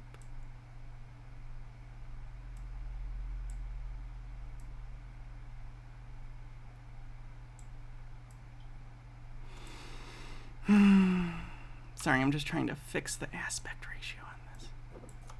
There we go. Should be almost right.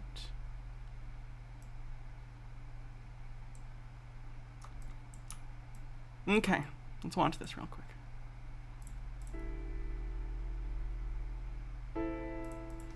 Which one are you watching? King Nobody. God, I pray. Which one? King Nobody? Yeah. Oh, I'll share it with you. Hold on. Oh my God. Let me put my... King Nobody. No, not that one. No.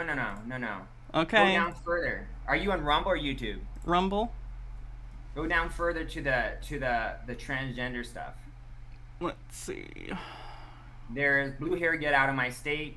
Rainbow Ishtar. There we go. WTF. Let's do this one. Stuff. Okay, I'll share with you too, so you can see what I'm seeing. This stuff is wild.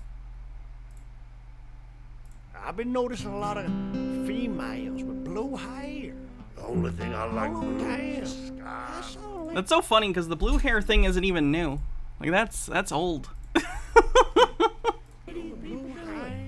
Maybe that one's just about Democrats. Try the WTF or the Rainbow Ishtar. WTF Rainbow Ishtar. Oh, he thinks he's so badass. That's funny. Yeah, he is. Proverbs Super badass. 16:18. Pride goes before destruction, and the haughty. That's funny. He put out a piece of like cardboard that he clearly soaked Wait till you see what he's in. burning. Wait till you see what he's burning. I assume it's a pride flag or something. Spirit before a fall. Oh, look at that tacky gun. Oh my god. It's like gold plated. That's so funny.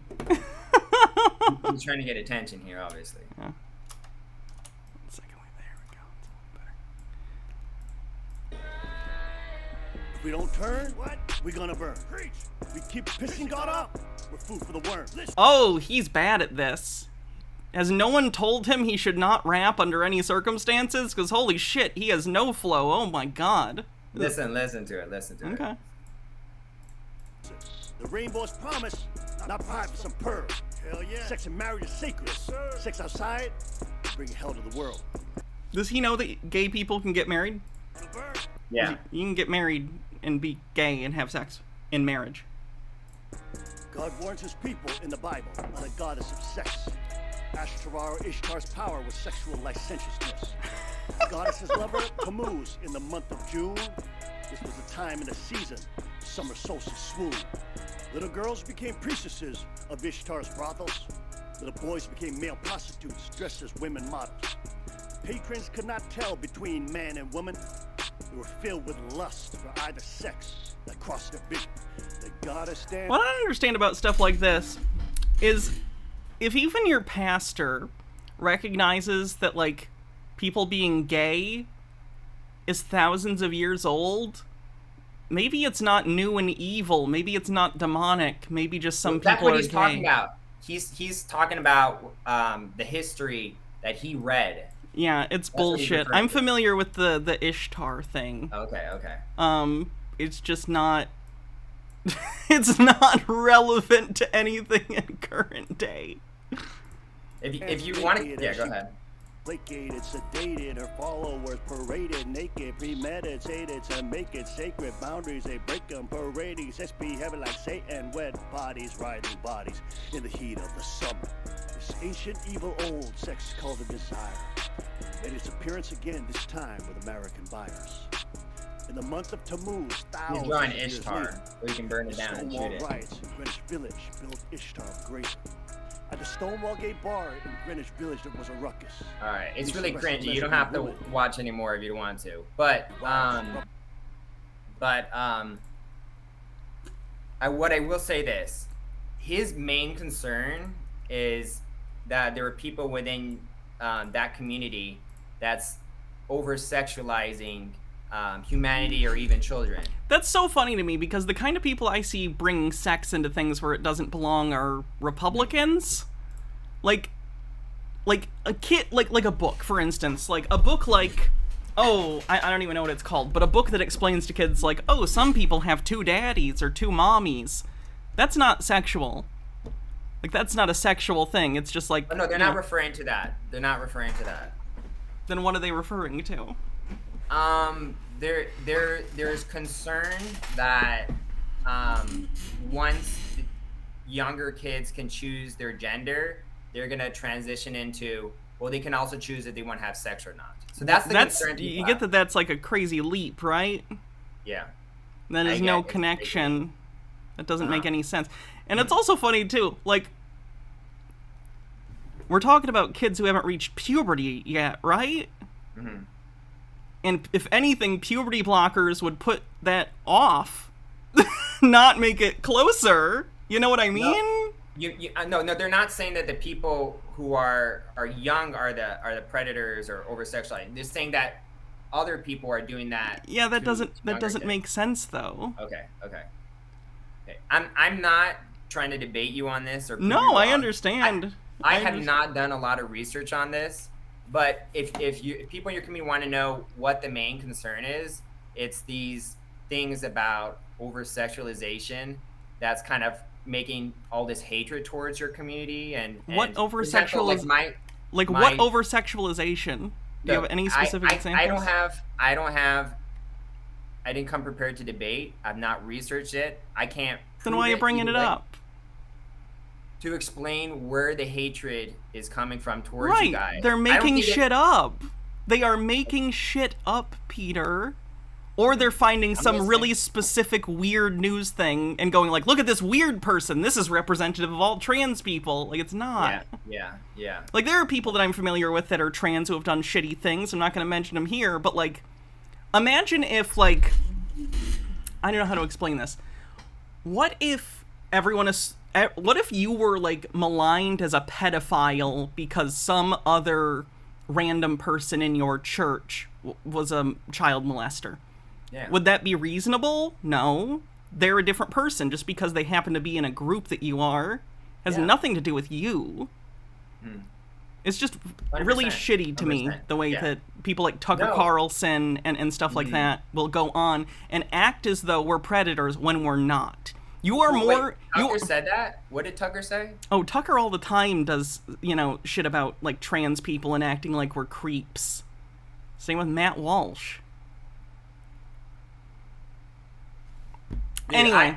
I'm more of the mind of the trans community. It sounds like to me is very much against this dark stuff. Yeah. And if they're not harming people, like, can we just all love each other and be accepting of, and loving? That's my belief. Good. As long as they're not harming people. And so that's where, where I stand. So that's like, where I like people like you. You set, honestly, I say this from the bottom of my heart, you really make transgender people look good and smart and kind. You really do. You really do. You're a good representative to debunk certain things, that they're all pervs, that they're all bad, they were all over sexualized. And that's why I like these conversations, because these things need to be heard, Sometimes the hatred gets way too intense, or it's just unfounded. And, where does that bring us? It doesn't help anything, Yeah. Okay, so your diet thing. Oh, for sure. What's that about? What led you to this? Why? Okay, so I was very concerned about the COVID vaccines. I'm not going to touch about it much. Okay. But I was very concerned. I wanted To to be make clear, I got to do this for YouTube. COVID vaccines are good, and not just for YouTube. I mean this in general. I literally have COVID right now, and the only reason I'm okay and able to stream even though I have it is because I'm vaccinated. Vaccines are good, and all evidence says that they're good and help you survive. Okay. I wasn't going to say anything bad, but I wanted to make a documentary about it. It didn't work out, but I sometimes have concerns still about even like people close to me who have been vaccinated, that I worry their health might deteriorate based on the evidence that I'm seeing. Who? Well, I'll give you an example. The only two people close to me who have died in the last 2 years were vaccinated. Were they old?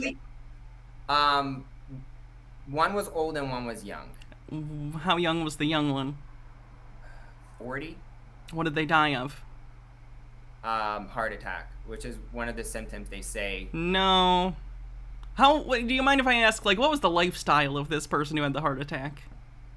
I don't want to get into specifics because it's personal, but there were other factors that could definitely have contributed to it, for sure. Okay. Considering there isn't a huge swath of people dying randomly, I know that you are in a situation where you're in a community that pushes fake news stories and stuff. But just to be clear, there's not some huge epidemic of people randomly dying, so... I'm glad. Dude, I'm glad. I have so many people I care about who are vaccinated, and I would love more than anything to be wrong about all this. You are, so good news. Good news. Thank you, Hannah. You're welcome. But I realized that if I put out a documentary with all this evidence, it will do nothing but harm people. Because let's say you heard of the nocebo effect, right? If I convince Hannah the vaccines are horrible, they're going to do a whole bunch of damage, and you believe that, whether it's true or not, if you believe it, it can have an impact on your body and actually harm you. Were you aware of that? Or to an extent, yes. It's basically the opposite of the placebo effect, yes. Correct. Exactly. So I realized there was no point in doing that, and a better approach would actually just offer health solutions, and for whoever's instead of trying to debate people or stress them out or reveal some type of truth, just offer health options for people who are interested. And during that time, I discovered some incredible research about health and food. So when you say research, can you get a little more into what you mean by research? Yes. Well, it started out with me being in pain for the last 15 years, chronic pain, insomnia, stuff like that, really bad. And first I thought it was muscles, then I thought it was like gut, but then I realized that any type of food that I ate that produced any type of inflammatory reaction just so happened to be the type of food that would cause me pain. Can you give me an example of some of these foods? Like gluten, sugar. Do you just have do you have celiac disease? It's 10 times worse than that. Have you been to a doctor? There's about 240 ingredients that don't give me a reaction, but 99% of what you find in the grocery store will cause me pain, like some serious level pain. Have you had an allergy test or anything done? You probably should. I am actually currently doing lab tests to test my inflammation level right now, and then I'm going to do a lab test on the medicine diet to see if my inflammation, what is that now, if it's a problem at all. What kind of does this diet lower inflammation in the body? Sure. So I'm in the process of doing some type of scientific lab testing based on blood. What kind of lab testing? They do blood analysis. You do at-home fingerprint, and then you send it off, and they send you the data of like your cholesterol, blood, sugar, whatever. But mostly inflammation. I bought it for inflammation because I theorized that is the reason I'm causing pain, because any food that causes inflammation gives me a lot of pain. What's a marker that lets a blood test show if you have inflammation? That's a great question. The specific term, it's some type of cytokine that gets released through the immune system. I'm probably butchering it. Inflammation test. What is it? There's a specific thing they test for. Okay. What's the name of this? Do you mind if I ask what the name of this lab is? A CRP test. Okay. C-reactive protein. It's a blood test that can help find or monitor inflammation in the body. They use that because it's very sensitive, so you can detect very low levels of inflammation easily if it's a problem. And just what I find is that we're bombarded. Were you aware that inflammation is saving lives and also killing people? It's a vague statement. Well, I've been finding out inflammation is a good thing-ish. That if you have an injury, your immune system makes that injury inflamed, which basically it sends in immune cells that spray the muscles to heal it, and your inflammatory response is quick and healthy. It goes in, it solves the problem, it goes out, and that's great. And that's healthy inflammation. Or if you get a virus, I imagine your immune system responds. That's a healthy reaction for your immune system. Well, right. Inflammation can be a symptom of things. Yes. Yeah. No. More specifically, inflammation is one of the prime tools your immune system uses to heal injuries and also to protect yourself against invaders, viruses, and stuff like that. Okay. But the problem is when it's chronic over time. Sure. That creates a big problem. So since I believe that almost everything we're eating is inflammatory. It means our immune system is constantly like, oh, I have to put out that fire, another problem.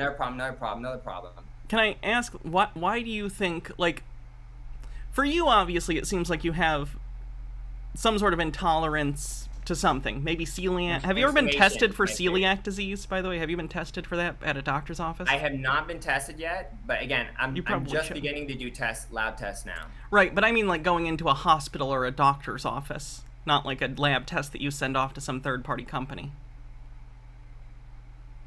Walking into a hospital to me is something I don't feel comfortable doing. Can I ask, is it a fear thing, or? Yeah, I hear a lot of negative stuff and how they do certain bad things. And I believe most people in hospitals are good, but I'm very concerned about what they're taught and how they treat people, and as a result, I don't want to give them any money. I guess I don't like. What are you concerned about them being taught? I'm concerned about how they focus a lot more on, let's give you a pharmaceutical or let's give you a vaccine, instead of saying, hey, why don't you change your diet, and that might be better for your immune system. It depends. If you had celiac, they'd just tell you, like, hey, don't eat gluten, and maybe here are some things that can help. Like, sometimes doctors absolutely tell people to change their diets, like, all the time. Like, that's a normal thing doctors do. Doctors have told me to do that. Oh, okay. But I actually lost a decent amount of weight in the last couple of years. So. Hey, good for you, dude. What changes did you make? Just watching what I eat, keeping track of my calories better, and trying to eat less sugary stuff, less calorie dense stuff, more protein. For sure. Anyway, based on my research, I've only found about 240 ingredients that, if produced in the right way, with the right utensils, right pan, and cooked in the right way, will not produce an inflammatory response in pretty much 99.9% of the population. So was this testing that you did on you, and who else? Like, how did you? I'm in the preliminary stages of testing. I don't even have a test yet. So you haven't done a lot of the. Okay. Hold on, a lot of what I'm basing my diet on is the successes of previous diets. For example, have you heard of the lectin-free diet? No.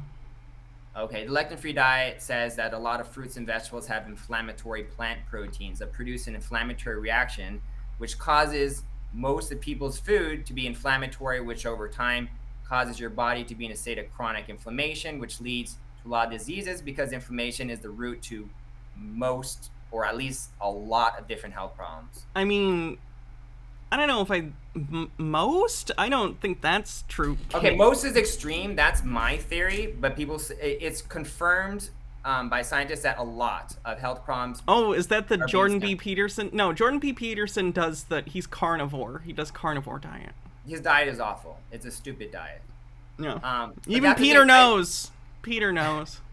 You're going to be nutrient deficient. I mean, like, duh. You could get everything you want from meat. It's retarded, but it helps. But here's the thing: sorry. The thing is, it helps because I know the R word is offensive. I'm sorry, It comes out sometimes.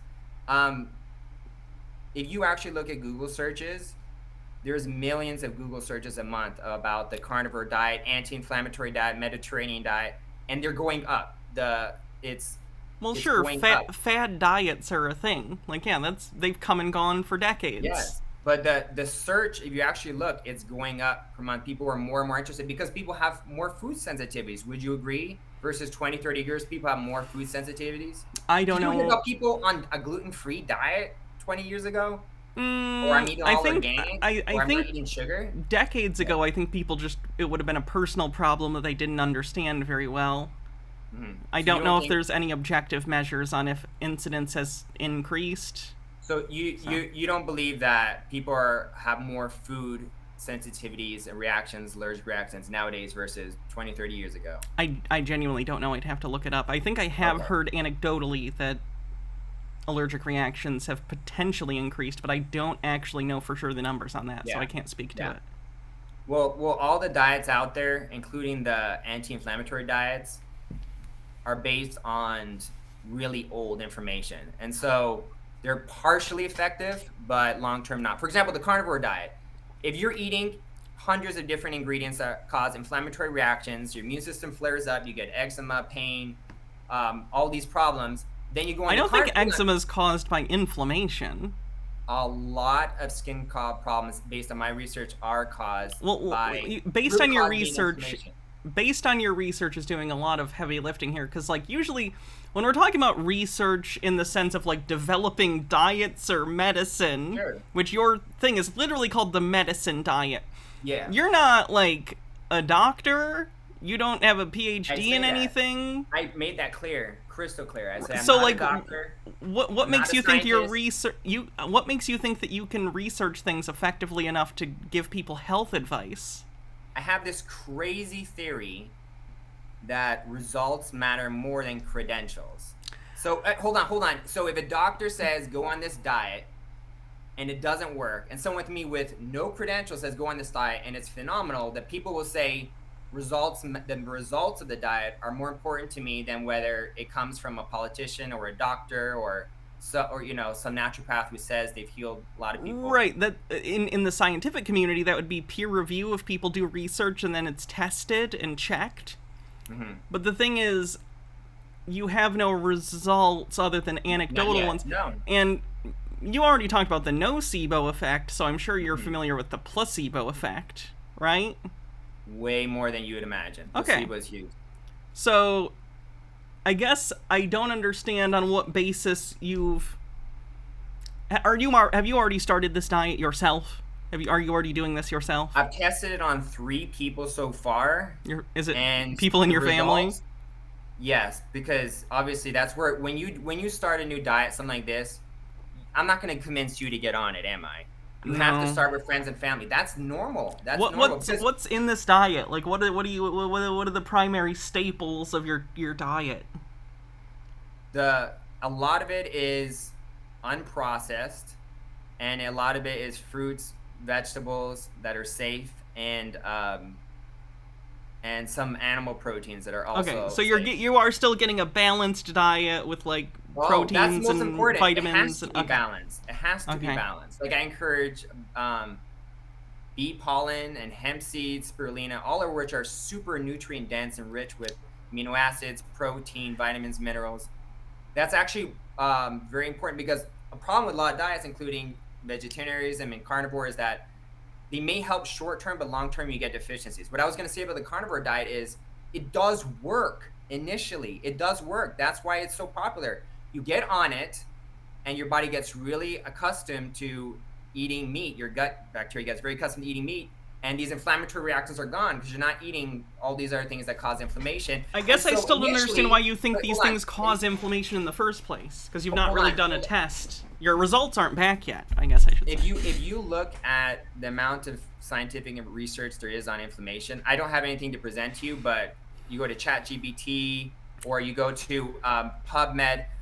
ChatGPT does not give you right answers, just so you know. Like, it gives you completely wrong answers. It'll make stuff up. Don't use ChatGPT in order to ask questions. ChatGPT will make some stuff up. It will get stuff wrong. But believe me when I say they fed ChatGPT a lot of medical research, and a lot of it is accurate. A lot of it is accurate.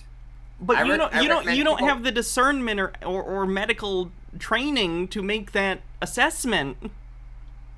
Nor do I, but I'm not claiming it. Look, I don't have the socially acceptable authority. You don't have any authority. Those claims. Any authority. Yeah, but I don't think that people should be taking health advice based on authority figures and instead focus on who has the best results. Again, like, who has the best results. Do you understand that medicine is science-based and requires peer review? Like, literally, science works by doctors and scientists fighting against each other. Yes. Are you aware that if you have enough money, you can corrupt scientists and fake certain scientific studies? Or you think that never happens? Scientists are saints. I think that the system is set up so that even if people do fake things, they get caught. That's the whole point. Sometimes, but I think often not. Like when? Because if you can't repeat that study, by independently, it's not repeatable. But sometimes some studies they're never repeated, and when they do, they reveal that they're not scientific based. Peer review is literally the whole point, is being repeatable. Your experiment has to be repeatable. Of course. That's the point. Okay, here, let me give you an example. I'm in the preliminary results of testing the diet. I've tested it on 3 people so far. My wife, my mom, and me. And the results are really good as long as they stay on the diet. For example, I've tried the carnivore diet, Mediterranean diet, an anti-inflammatory diet, keto, paleo, vegetarian, vegan, elimination, name a diet, I've tried it. They all cause pain in my body. But when I created this new diet and tried it, my pain all goes away. I've tried this diet on my mom who has dementia, Alzheimer's. And in the 5 or 6 months that she was on it, she made tremendous mental progress.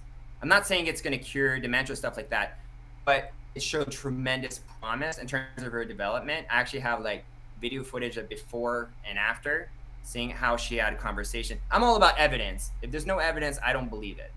But I've been tracking evidence, and then like my wife has had this eczema problem, which she's tried all the shampoos, all the natural methods, everything, and nothing worked except for this diet. So when I'm not saying I have enough evidence to prove anything. That's ridiculous. I have a long way to go. But the preliminary results are very promising. Very promising. And I'm very, very excited. I'm not pitching this course to your audience or anything like that. I don't think they see me as the smartest person on politics. But if they are interested, I'm happy to give people a shot at the class or something like that. I was curious about the pricing, because I noticed it's like $300 something for your thing. The psychology behind it is interesting. If you gave me this diet information 15 years ago, I would have paid $10,000 to $15,000 for it. That's the value I would put on it. Most people would not. But if, and I believe this is the case, if it saves you, the average Americans, the number one thing Americans are getting bankrupt from are medical bills. And they're spending on average $1,000 per month on medical bills.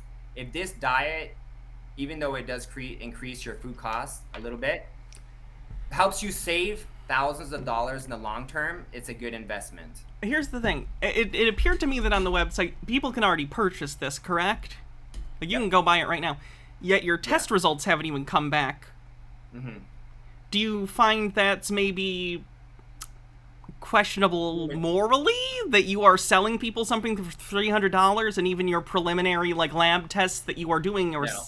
No, it's because what I'm basing my diet, I'm 100% upfront on my diet, on where I got this information, why I believe it, and it's based on the successes of previous diets. For example, the lectin-free diet, millions of people are on it, and it's had tremendous success. Some of these diets have been tested and have shown some success in reducing inflammation. So when I tried the lectin-free diet, I got a huge improvement from it, but there were still problems with that. This is entirely... I tried the anti-inflammatory diet.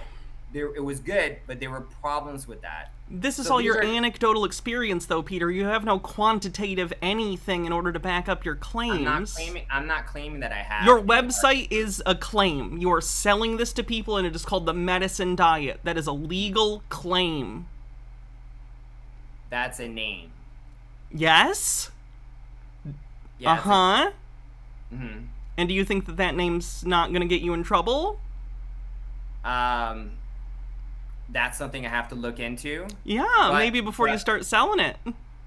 Well, look, the reason that I'm okay selling it right now is because there is a money-back guarantee. So if anyone just can't get on the diet or doesn't get the results they want, they can get their money back. No one's trapped into the diet. And second of all, if you took the course, which I'm sure you won't unless you want a very interesting video, if you took it, I'm very clear where I'm getting my information from, and they can see whether I trust it, whether I don't, and if they don't like it, no one's being trapped here. What the problem I have, Hannah, is when people sell products, health products, you've probably seen this, naturopaths or hippy-dippy doctors that sell these products, a lot of people in the natural health industry that are placebos or don't work, and there's never any refunds. I don't agree. Literally, medication goes through testing through the FDA to show that it's not just a placebo effect. I'm not talking That's about the point. pharmaceuticals. I'm not talking about pharmaceuticals. Oh, you're talking about woo-woo stuff. I would argue your thing falls. I would argue your thing falls into that because you don't have enough. You don't have quantitative evidence in any way, shape, or form. Yeah. Let me pull. What's the website? Is it medicinediet.com? What is it? Let's pull it up. It's healsuperfast.com. healsuperfast.com. Let's see what the website says. Ooh. Oh, typo. That'll do it. Wait, heal super fast. Are you sure? Were there any, like... Is it not coming up? No. Oh my god. It's coming up on my end. Let me see. Did you put www.com before it or something? You don't like that? have to. Actually, I had people complaining that it was not coming up if they didn't do that. Hold on. www. It feels like it's the 90s. Heal superfast.com. There it is. That is weird. Okay. Let's see what this website says, just for clarity.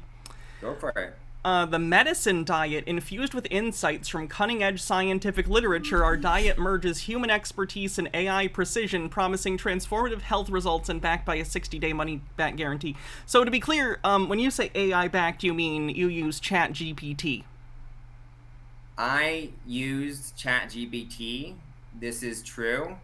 But, Hannah, if you're going to underestimate AI, that's where I draw the line. They get a lot of stuff wrong, but the artificial intelligence is extremely intelligent. I don't believe everything it says, but believe me when I say this, or not, if you actually look into what ChatGPT knows from a medical level, it is an extremely intelligent, knowledgeable I've used it. program. Okay, do you think Ask it about health. It's really smart.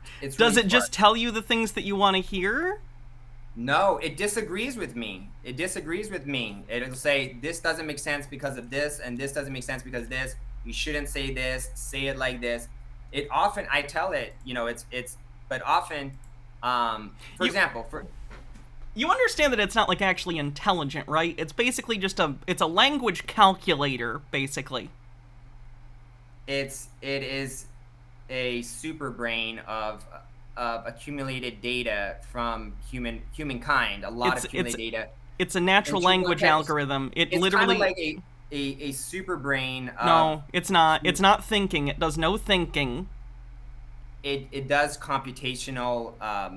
I don't know how to describe it, but it uses an algorithm to determine what a correct a response that is acceptable might be based on what you said. It's not thinking. I'm not saying it's thinking, but it is very intelligent. It's not. It's a very, very complex pattern recognition machine. Yeah, exactly. It is well worded. But if you look into it, the research I've been doing a lot of research on ChatGPT, a lot of research off ChatGPT at different diets. Did you use ChatGPT to learn about ChatGPT? Actually, you'd be surprised. Wait, hold on. Let me pull this up for you. Would I be surprised? Where is this? Man, where did I put it?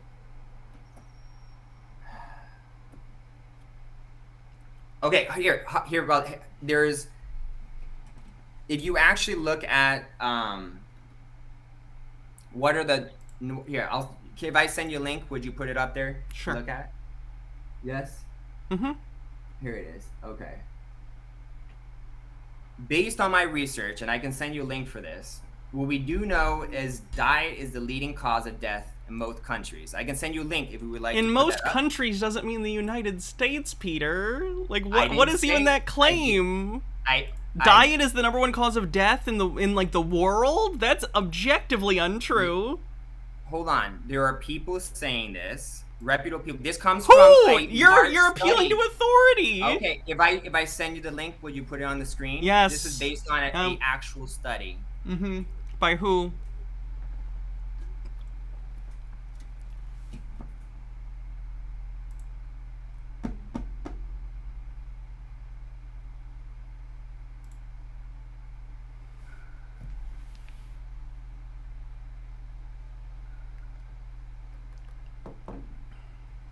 Dying is the most common cause of death. That's true. Where is it?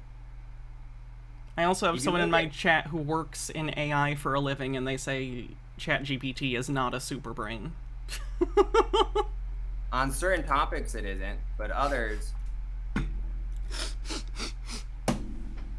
Did you find it?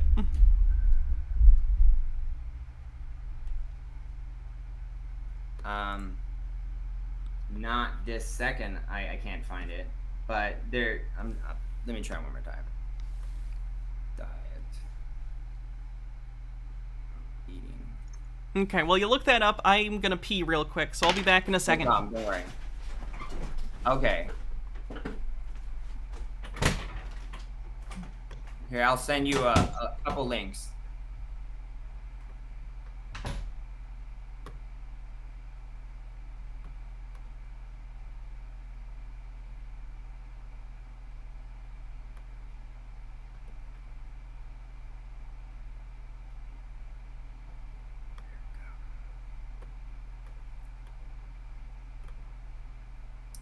Thank you, audience, for being so polite. I really feel welcome here. And I'll definitely come back because I appreciate you guys have been very nice. Not agreeing with everything I'm saying, but very polite and respectful. So I appreciate that. Let me send Hannah some links.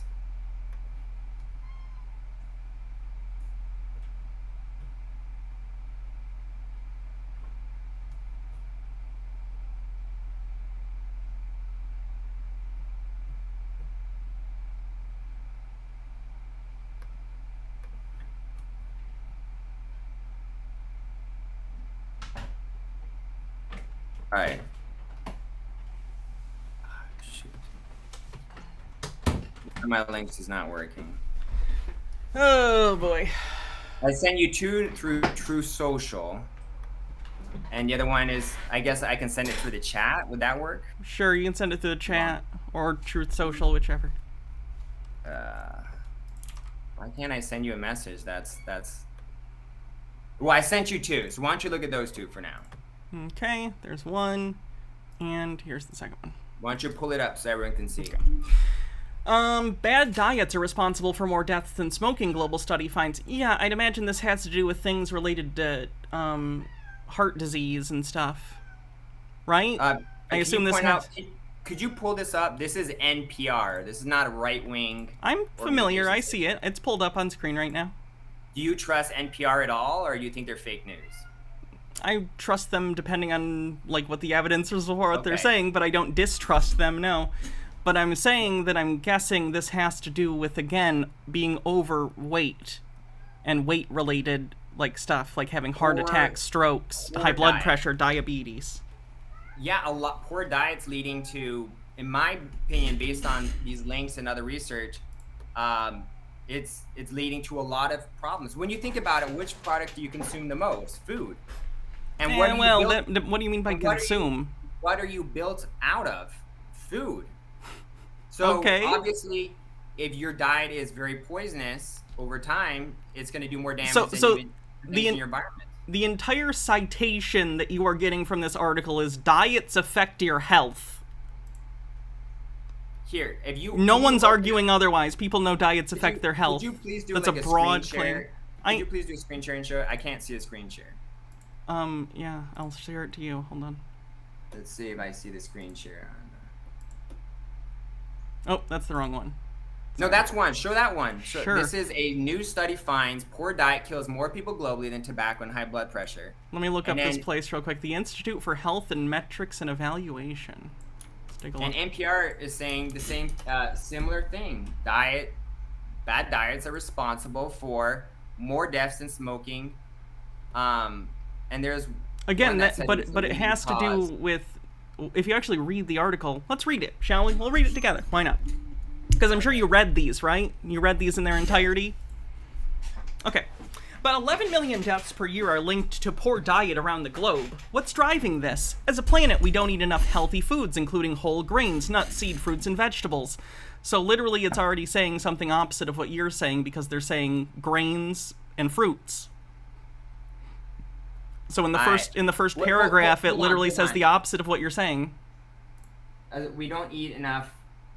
Look, I don't agree with everything on this page. So you're gonna cite it because you think it makes you seem legitimate, but you're gonna say the opposite of what the article actually says. That's not how citations work. Hold on. I agree with the part where the diet is one of the leading things that's leading to cause of other health problems. It kind of sounds to me like you read the headline and didn't read the article and cited it. What they're saying is they did a study which found that poor diet was a big problem. What they didn't research, based on my research, is what is the healthiest things they should be eating instead. It literally says it, though. It says it in the first paragraph. It says whole grains, nuts, seeds, fruits, and vegetables. So that is part of the study. Some of the whole grains parts is not healthy. And they're not. But then don't cite the article because it disagrees with you. I agree that the poor diet was responsible for more deaths than you can't cite this. Peter, you're not understanding. You cannot cite an article and say, like, I agree with the headline, but then the headline is reflective of a different reality than what you are saying. The headline agrees with you if you're broad and vague enough, but the actual article does not back you up. So you can't cite it. You can, but then it's going to get pointed out, this doesn't say what you're saying. It's a false citation. This type of research that's coming out leads me to believe again that, you're talking past everything I just said. Look, you're telling me I have to agree with everything in the article or nothing at all, and I'm saying you have to base what you're saying if you're going to cite it based on the findings of the thing. You are cherry picking a title, ignoring the entirety of what's saying, because it's not saying diet is the cause of this because of the things you were saying. It's saying because people are overweight, because people eat greasy food, because people don't eat enough nutrients in like vegetables. Sorry, I don't understand how we disagree. It's saying poor diet is a huge because problem. What you are considering a poor diet is a different thing than what they are considering. Your version of a poor diet is not what they are saying is a poor diet. What they're discovering is there's a problem. What they haven't discovered is what the proper solution is yet. That's then you shouldn't cite this. It doesn't back you up. Okay. Well, how about we agree to disagree on No, that? you're wrong. You are wrong on this, objectively. Someone did a hats off. I assume they wanted Bullet Crown. Okay. I forgot to put it on there. Okay. So let me get this straight. What do you think is the leading cause of health problems, the root cause of health problems in the United States? If not diet, being overweight. If not poor diet, what is it? Being overweight due to poor diet. So you agree, poor diet. Again, when I say poor diet, I mean people overeating too much sugar, corn syrup, and not enough vegetables. Me too. What you are saying is your own specific thing. No, I agree with what you just said. That's what I agree with. What you just said, that's what I believe. Okay, so do you think it's a hot take that there are obesity-related illnesses? I don't understand that question. A hot take? Like no one, like very few people disagree that weight and diet are a factor in health. No one disagrees with that. There we go.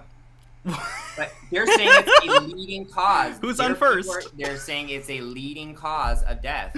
Yes, but not the thing you are saying. They are talking about obesity-related issues. Sorry, how is what I'm saying different than because you are saying that grains and inflammation are causing this. They are not saying that. No, that's not what I'm saying. That's not what I'm saying. You literally said that inflammation was the huge issue that your diet is trying to solve. You're confusing what I'm saying. If you simplify it, it's poor diet is the problem. If you've simplified it to the point that it means nothing. You've reductio ad absurdum. You've literally stripped it so far back. Like imagine if let me give you an example and then I'll let you rebut. I know I'm talking a lot, but I need to address this. Okay. Imagine if someone said, there was an article that said, JFK shot dead in Dallas. And then a conspiracy theorist said, see, my conspiracy theory that dinosaurs came to the future and shot JFK dead in Dallas is true because that headline said he was shot dead in Dallas, even though the article says nothing about dinosaurs. That's what you're doing. You are picking an article whose headline you can use, but then the body of the article completely disagrees with you. Disagrees that poor diet is a huge health problem? Peter, you are broadening the scope so much to make it fit your thesis. This is what you do not understand. Is the biggest problem. Yes, but poor diet in this case means overeating. Okay. No, you agree it's not just overeating, it's eating the wrong things. You agree with that, right? Getting yes or no? obesity, eating the wrong things as in like high calorie things with no nutrients or low nutrients. But that isn't about inflammation. It's about gaining weight and having issues related to it. Let's agree to disagree. You're wrong! Let's agree on this. Would you or would you not agree? Poor diet, whatever it leads to, is one of the leading factors causing deaths worldwide. Would you agree on that? I would say obesity, as it relates to diet. What? Poor diet. Come on. You Peter, don't even give me a bone. You literally agreed with me. You can, you know what? We're gonna go around in circles on this, like Abbott and Costello. Okay, so let's just move on to the next thing. Okay. So here's my logic here. I pulled up my logic board here. Based on my research, diet is the leading cause of death in most countries. And I have some more links here. I just didn't pull them up. Mm-hmm. Also, based on my research, inflammation is the root cause contributing to the root cause or contributing factor for most health problems. What we do know now. Where are you getting the? Hold on. Were you aware, Hannah, that food can cause an harmful inflammatory reaction in hundreds of different ways? There are hundreds of ways, different ways, eating an something in your diet can trigger a harmful inflammatory reaction. Hundreds. It's not one or two. We need to rehearse for a second. What's your citation for the inflammation being a major thing that's causing most health problems? Okay. That's super fair.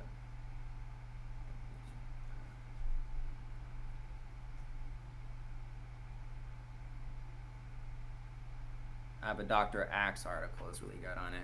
Dr. Axe? Yeah, he's one of my favorite researchers. Oh boy, let's see. Here we go. I'm sending it to you. Or you can search for it. I'll send you on True Social, though. There are other articles saying similar things, and it makes perfect sense based on my research. This guy is a doctor of, quote, natural medicine. Yeah, he's one of the good ones. I like this guy. So, like... He's smart. Okay. Let's take a look. Oh, he's got a whole website. Co-founder of Ancient Nutrition. Oh, he's really boy. Oh, no, he's got an essential oils thing. Oh, God, Peter, he's a woo-woo doctor. Look. This guy is not legitimate, Peter. I can agree that some things people say make a lot of sense, but not agree on everything they're saying. Peter, he's a hack fraud.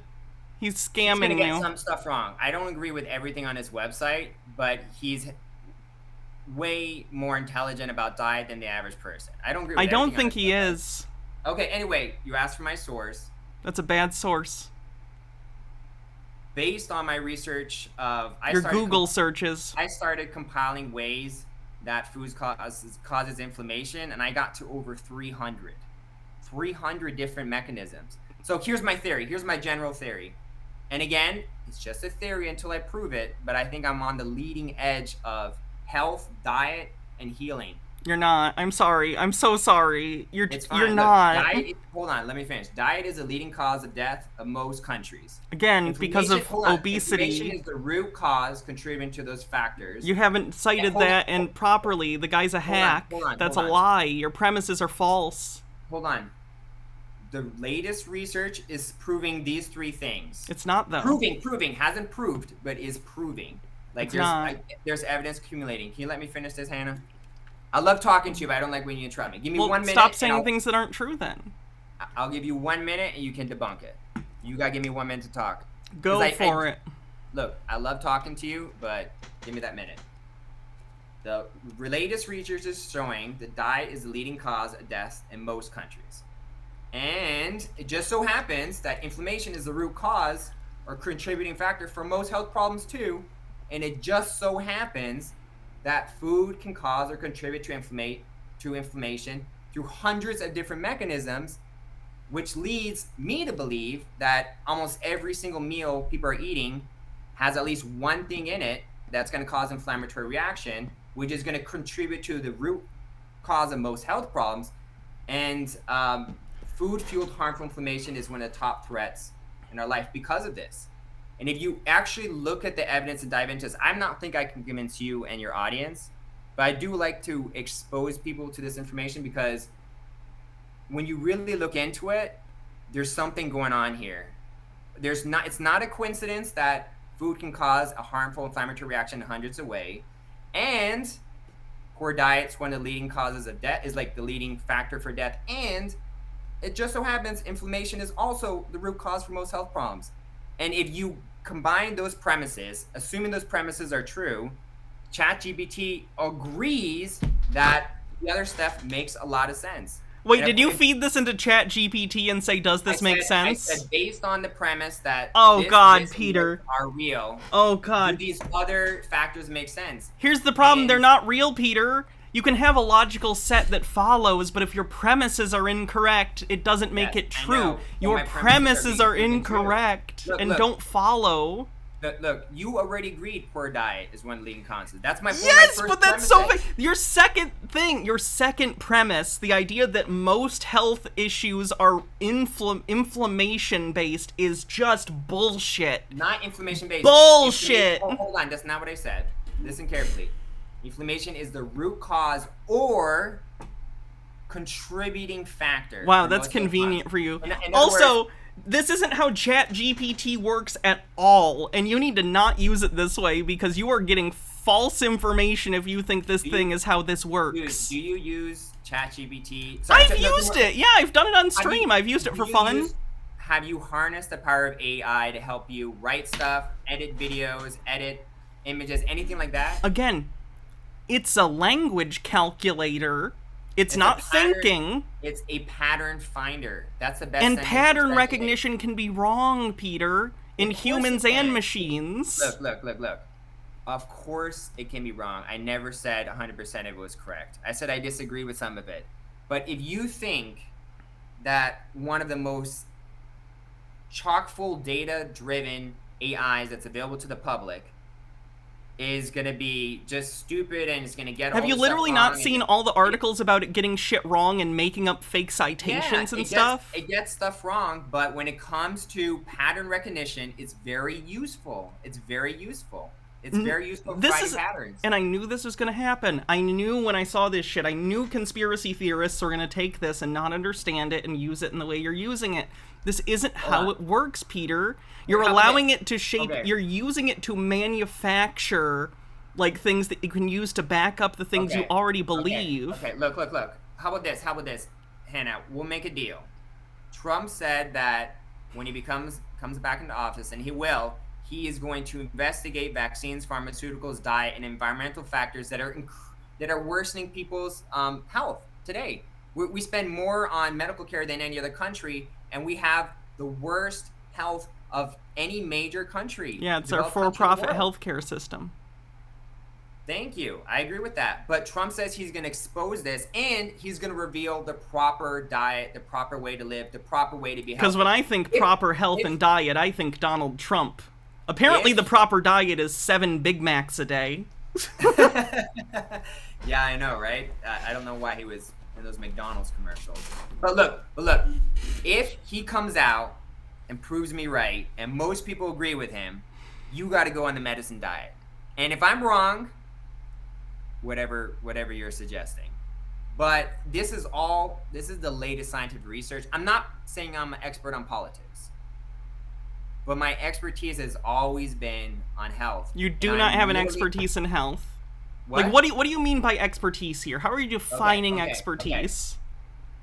I would say you could consider yourself an expert if you are so advanced on a topic that you are literally on the leading edge. You're advancing it further in the correct, accurate, science-based direction. And can you give me right now, no Googling, let me see your hands, put your hands up, so I know you're not typing anything. What are the steps of the scientific method? Let me see the other hand, I can't see it. Both hands. What are the steps of the scientific method? The scientific method. You tripped me up. When you hypothesize whether something works, and then you test it out, and then you test it out again and again to see if it's repeatable, and if it is, you can say this is something that has evidence. You don't prove it off the bat, even with a few scientific studies, but that is generally the process where that's why I'm doing. That's incorrect, by the way. I'm doing the research. I'm doing my own lab tests. Would you observe a phenomenon, you form a hypothesis, You develop experiments, you do the experiments, you share your results. Correct. And what am I doing, Hannah? I created the diet. I tested it out on 3 people. Hold on. You didn't try to falsify your claim. You haven't even gotten the tests back yet, and you're selling it. Pause. I have tried it 3 for 3. Has been successful at solving problems that were considered impossible to solve. This hasn't been peer-reviewed by anyone.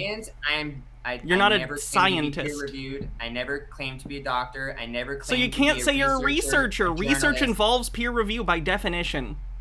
I'm following a lot of peer-reviewed research, but I never claimed that I've done it. So you're not doing research.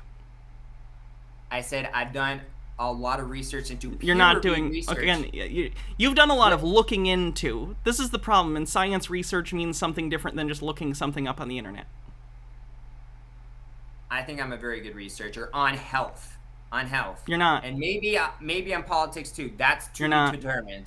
But I will say this. I'm going through the scientific process by myself. You didn't even know all the steps of the scientific method. I hypothesized that it would solve these impossible problems, which are inflammation related. 3 for 3 it did.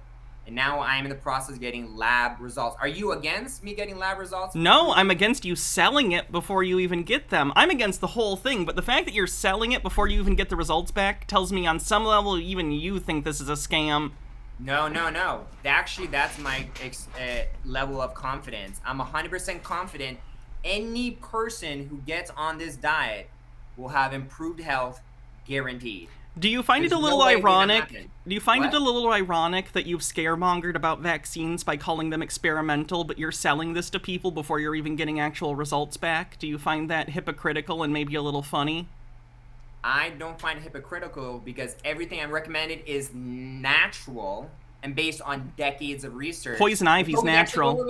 I'm answering your question. The COVID Bears are natural. Do not have long-term results. Arsenic's natural. Pfizer admitted in court that they falsified records on their trials because the government told them to do it. This is admitted in court. Literally, Pfizer's stance is this. They said, okay, we lied about the effectiveness and safety, but it's not our fault. The government told us to do it. Peter, that was no. Legal explanation from a lawyer as a representative of Pfizer. You want me to pull that up? I can pull that up too and send to you next episode.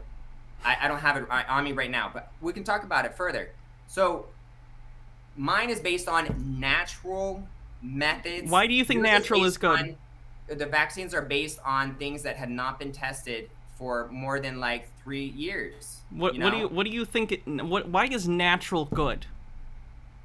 Because I believe in God, and I believe that God created a perfect healing system, a perfect immune system that doesn't require external vaccines or pharmaceuticals. Literally, vaccines work with your immune system. Vaccines work with your immune system. They certainly have a positive and sometimes negative impact on your immune system. Let me work with your immune system. Sure. Can I give you a little parable for a second, Peter, since we're talking about the Bible anyway? Please. You may have heard this. I heard this growing up in church. It's a story that a lot of people have heard. There's a hurricane, and the entire town floods. There are 3 people up on a roof trying to survive, and they don't know what to do. A boat comes by and says, hey, you guys need a ride? And one guy gets on the boat and says, like, okay, I'm headed out, you know? Second person, you've heard this. Okay, so you know. The other guy gets taken away by a helicopter. The third guy says, no, God'll save me. He dies, and God says, I sent you a boat and a helicopter. Do you not understand that, like, medicine falls into that same category, even if you're religious? Why would human beings have the capacity to develop science and medicine if not for the benefit of human beings? Why would, if you believe in God, why would God give humans the capacity to create these things if it were not beneficial? Here, let me turn your question around. If these advances in the medical industry, vaccine pharmaceuticals are so great, why is it as a country we're fatter, sicker, 75% of the country is overweight? Do you think vaccines cause obesity? Do you think there's a connection between vaccines and obesity? I've not seen any connection. Okay, so why'd you bring it up? I'm saying that the natural method works because the immune system you were given is already perfect. As long as you feed it a good diet, No. there's nothing else that you need. In the And past, yes, people have been, look. mortality rates from diseases have gone down, Peter. Okay.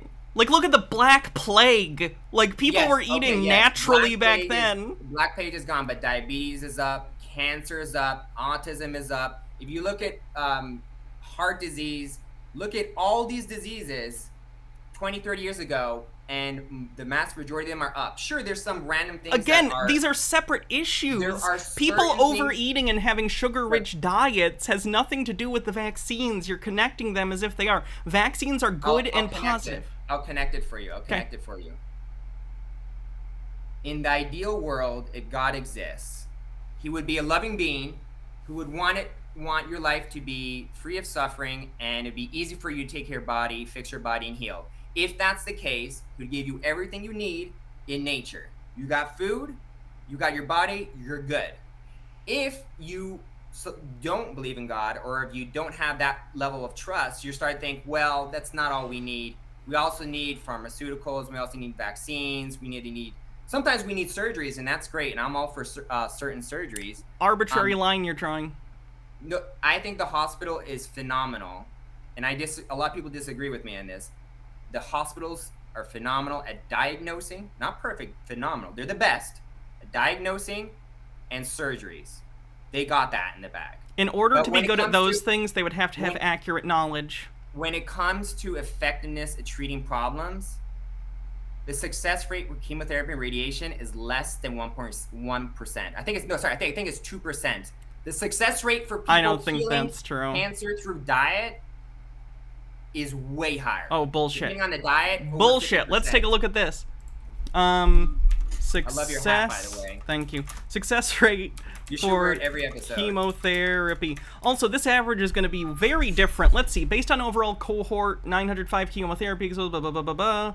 This particular thing from the National Institute of Health says this group, 76% versus 69%.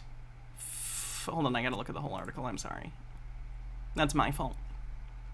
Randomized clinical trials demonstrated improved overall survival in chemotherapy-exposed metastatic prostate cancer patients. However, real-world data validating this effect with large-scale epidemiological data sets are scarce. I'm trying to find the specific percentage.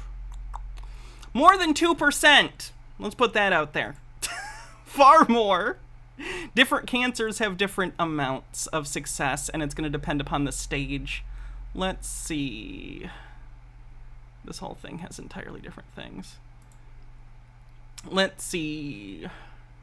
The total average for breast cancer looks like 38% or something like that. It's going to depend based on the cancer and the stage, but the idea that in general there's only a 2% success rate from chemotherapy is just nuts. Absolutely untrue. Can I send you a study? Look, I don't have all my sources, but just for the sake of it, I'll pull up one thing that I found. Where the heck is here?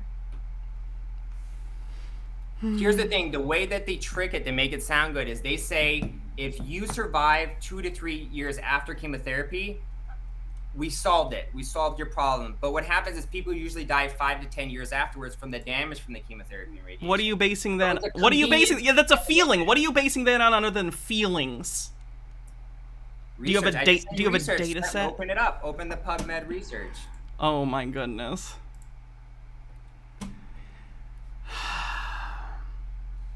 Hold on. Can you read it? Can I read it? You can pull it up. The overall contribution or curative and adjacent cytotoxic chemotherapy to 5-year survival in adults was estimated to be 2.3% in Australia, 2.1% in the USA. That's not my feelings. That's a study here. There are other studies, there are other websites that say similar things. Just off the bat, I found this. I see what you're talking about. 5-year relative survival rate for Australia is 60%. Who's this from?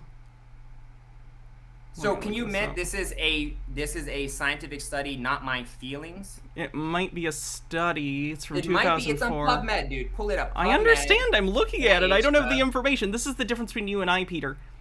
I am not a doctor, and I know that. I'm not a doctor either. Yeah, we know.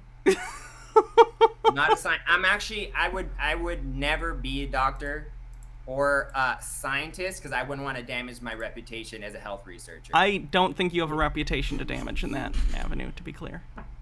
I'm going to have a reputation soon when people get on my diet. More and more people get on it. Has anyone bought the $300 thing yet? That is private information, but no. Okay. But I'm not in the phase where I'm pushing it or advertising it.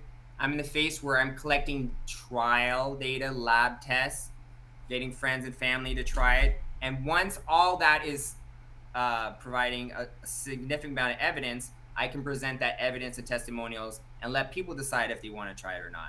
So that's what I'm doing here. Gather the lab tests, gather the testimonials, gather all the testing, present it, and let people decide where they want to try it or not. I'm not going to say I'm a doctor. I'm not going to say it cures cancer, but I'll say these are the results. Some of it's based on blood tests, lab tests. Is this good? If it's good enough for you, try the diet. And if it doesn't work, you get your money back. 60 days. There's no harm in trying it's it. A 60-day money to. The website says 60-day money back guarantee. Yeah. So after 60 days, I assume no more money back guarantee. Because it says 60 days. At this point, I would be very open to give people refunds no matter what. But in the future, no, 60 days. Once there is significant evidence that I am doing something really advanced and incredible, I would start cutting the line at 60 days. So why don't you take off the 60 days right now if that's your policy is just whatever? You should take it off. Because if you're being honest, too loose, there's consequences. If you say 1 year money back guarantee, you're opening yourself up for problems. Only if you're not confident in your program. I initially had a 90-day money back guarantee, but I got some evidence and some research was saying that it's too generous and people will become complacent and not try it. The whole research behind courses and prices, for example, if I sold this course for $2,000 as an example, and people bought it, and there was no money back guarantee, people would be damn committed to try that diet that they just invested a chunk of money in. If I sell it for $9, there's someone selling an anti-inflammatory diet for $9 right now. It's my competitor. And they get a money back guarantee no matter what. But their diet sucks. But where was I going with this? I think I lost my train of thought. Can I ask you a question just vis-a-vis research? Can you explain to me the importance of sample size in research? What's the importance of having... The bigger the sample, the more credible. Okay. Credibility goes up. If the researchers are credible, if the study's credible, the person's credible, and the sample size is phenomenal, that's substantial evidence. And the sample, my diet is very similar to the lectin-free diet, which is extremely popular in the United States right now and has had tremendous results. Go to the Plant Paradox, go to Dr. Gundry, research the results he's getting. This guy is not getting 1-star reviews. A lot of people get grifted and then give decent reviews. Can you tell me what a control group is? It's the group that doesn't make any changes because you have to compare it against a group that's similar to the other group. The only difference being the control group doesn't have the difference you're making. So in this example, a control group, in my case, would be get 5 people, have them not change anything, stay on whatever diet they're on. That would be the control group. And then my group of people would be, they'd go on the diet. You'd lab test the control group, the people who are not on the diet. Then you'd lab test the other group and see, based on the control group, if there's any difference.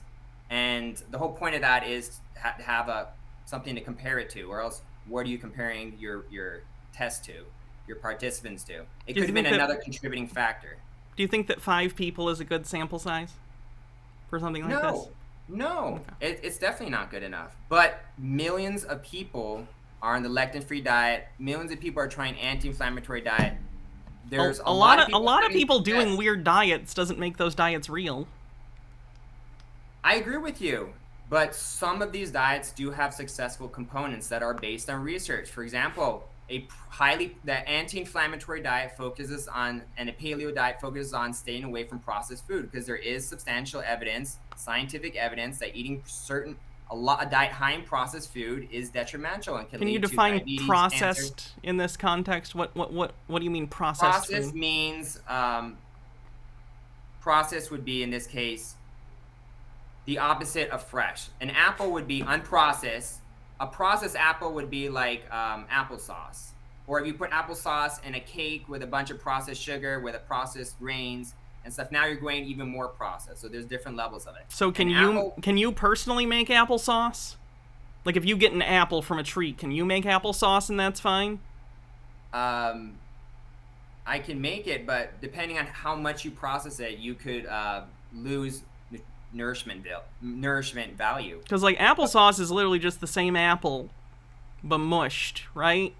Yes. So it's the same exact thing. Yes. There's different levels of processing. So like if I had food, they're comparing, when people say processed food, what they're saying is microwave diet, like a microwave, throw it in there with like Hot Pockets, processed meat, processed vegetable, all that stuff, compared to a fresh meal made with fresh ingredients, a lot of it being raw, fruits and vegetables.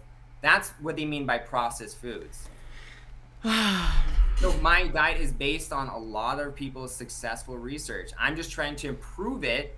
And if I get successful results, if the lab tests come through and I'm onto something, all I'm doing is presenting the evidence and saying, is it good enough for you?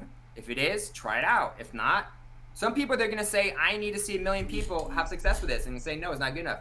Other people are going to say, well, nothing's worked so far, and this guy has lab tests proving 3 people, 4 people have had success. That's good enough for me to try it out, especially with a refund policy. Let's take a look at more at the website to just go over what it says. Every ingredient in our exclusive diet class has been scrutinized twice over, first by human nutrition experts. Are you considering yourself the human nutrition expert here? One of them, yes. Who's the others? Dr. Gundry. So, have you had communication with him?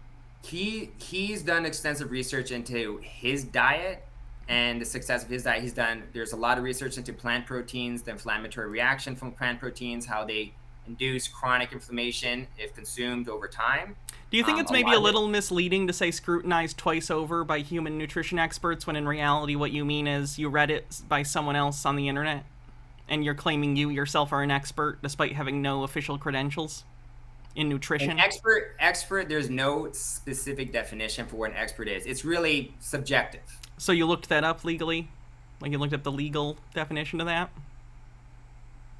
The fact is, anyone can call themselves an expert. I agree with that statement. So it's subjective. For example, I would consider you to be an expert debater, but I am a master debater. I've heard you say that before. Yeah. But I wouldn't say. Some people might say you suck at debating. It's subjective. I mean, I could debate them about it. I'd probably win. What I've done is these ingredients have been scrutinized. They've been researched by a lot of people, and then I got these ingredients and I had ChatGPT, whether that's valid or not. 1 second. I have a law dictionary right here. I'm gonna look up expert real quick. Okay, see what it pulls up. I love how I debunked your chemotherapy thing and you just were quiet on that. Because I'd have to look into it. Let's see. Expert, one who is knowledgeable in specialized field, that knowledge being obtained from either education or personal experience, one who by reason of education or special experience has knowledge respecting a subject matter about which persons having no particular training are incapable of forming an accurate opinion or making correct deduction. One who by habits of life and business has a particular skill in forming opinion on subjects in dispute. I don't know if a court would find you Googling stuff to be basis for being considered an expert. Googling is an understatement. I've been researching diet for at least 15 years, if not more. And I confidently can say... How old are you? I'm 35. So since you were 20.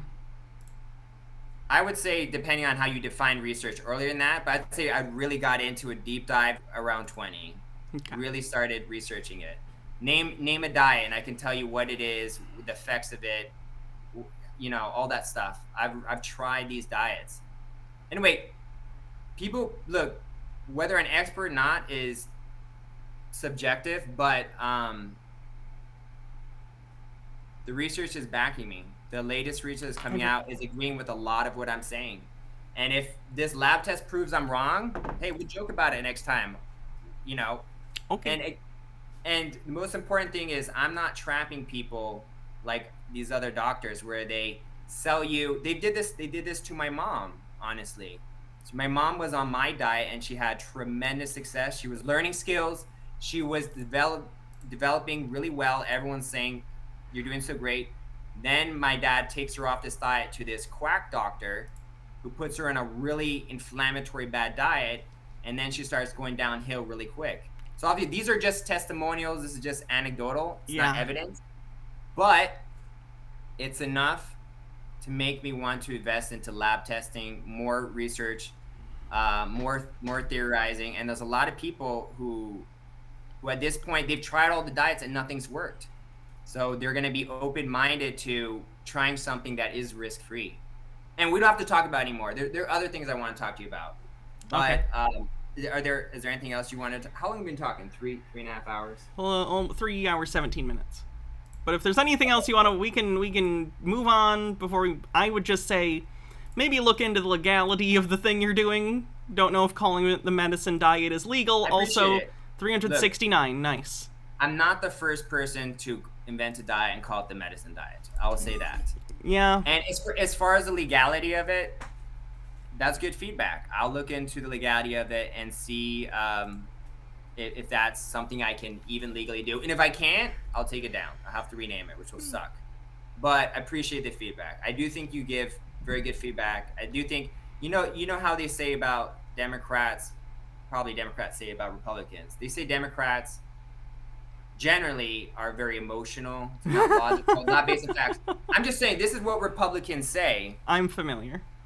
But I don't think that is a case with a lot of Democrats. And I think you're one of those people who has changed my mind on that, because your arguments are almost all of them are extremely logical, not based on emotion at all. You have facts on your side often. You do research. One question. How come you're so good at research? How did you...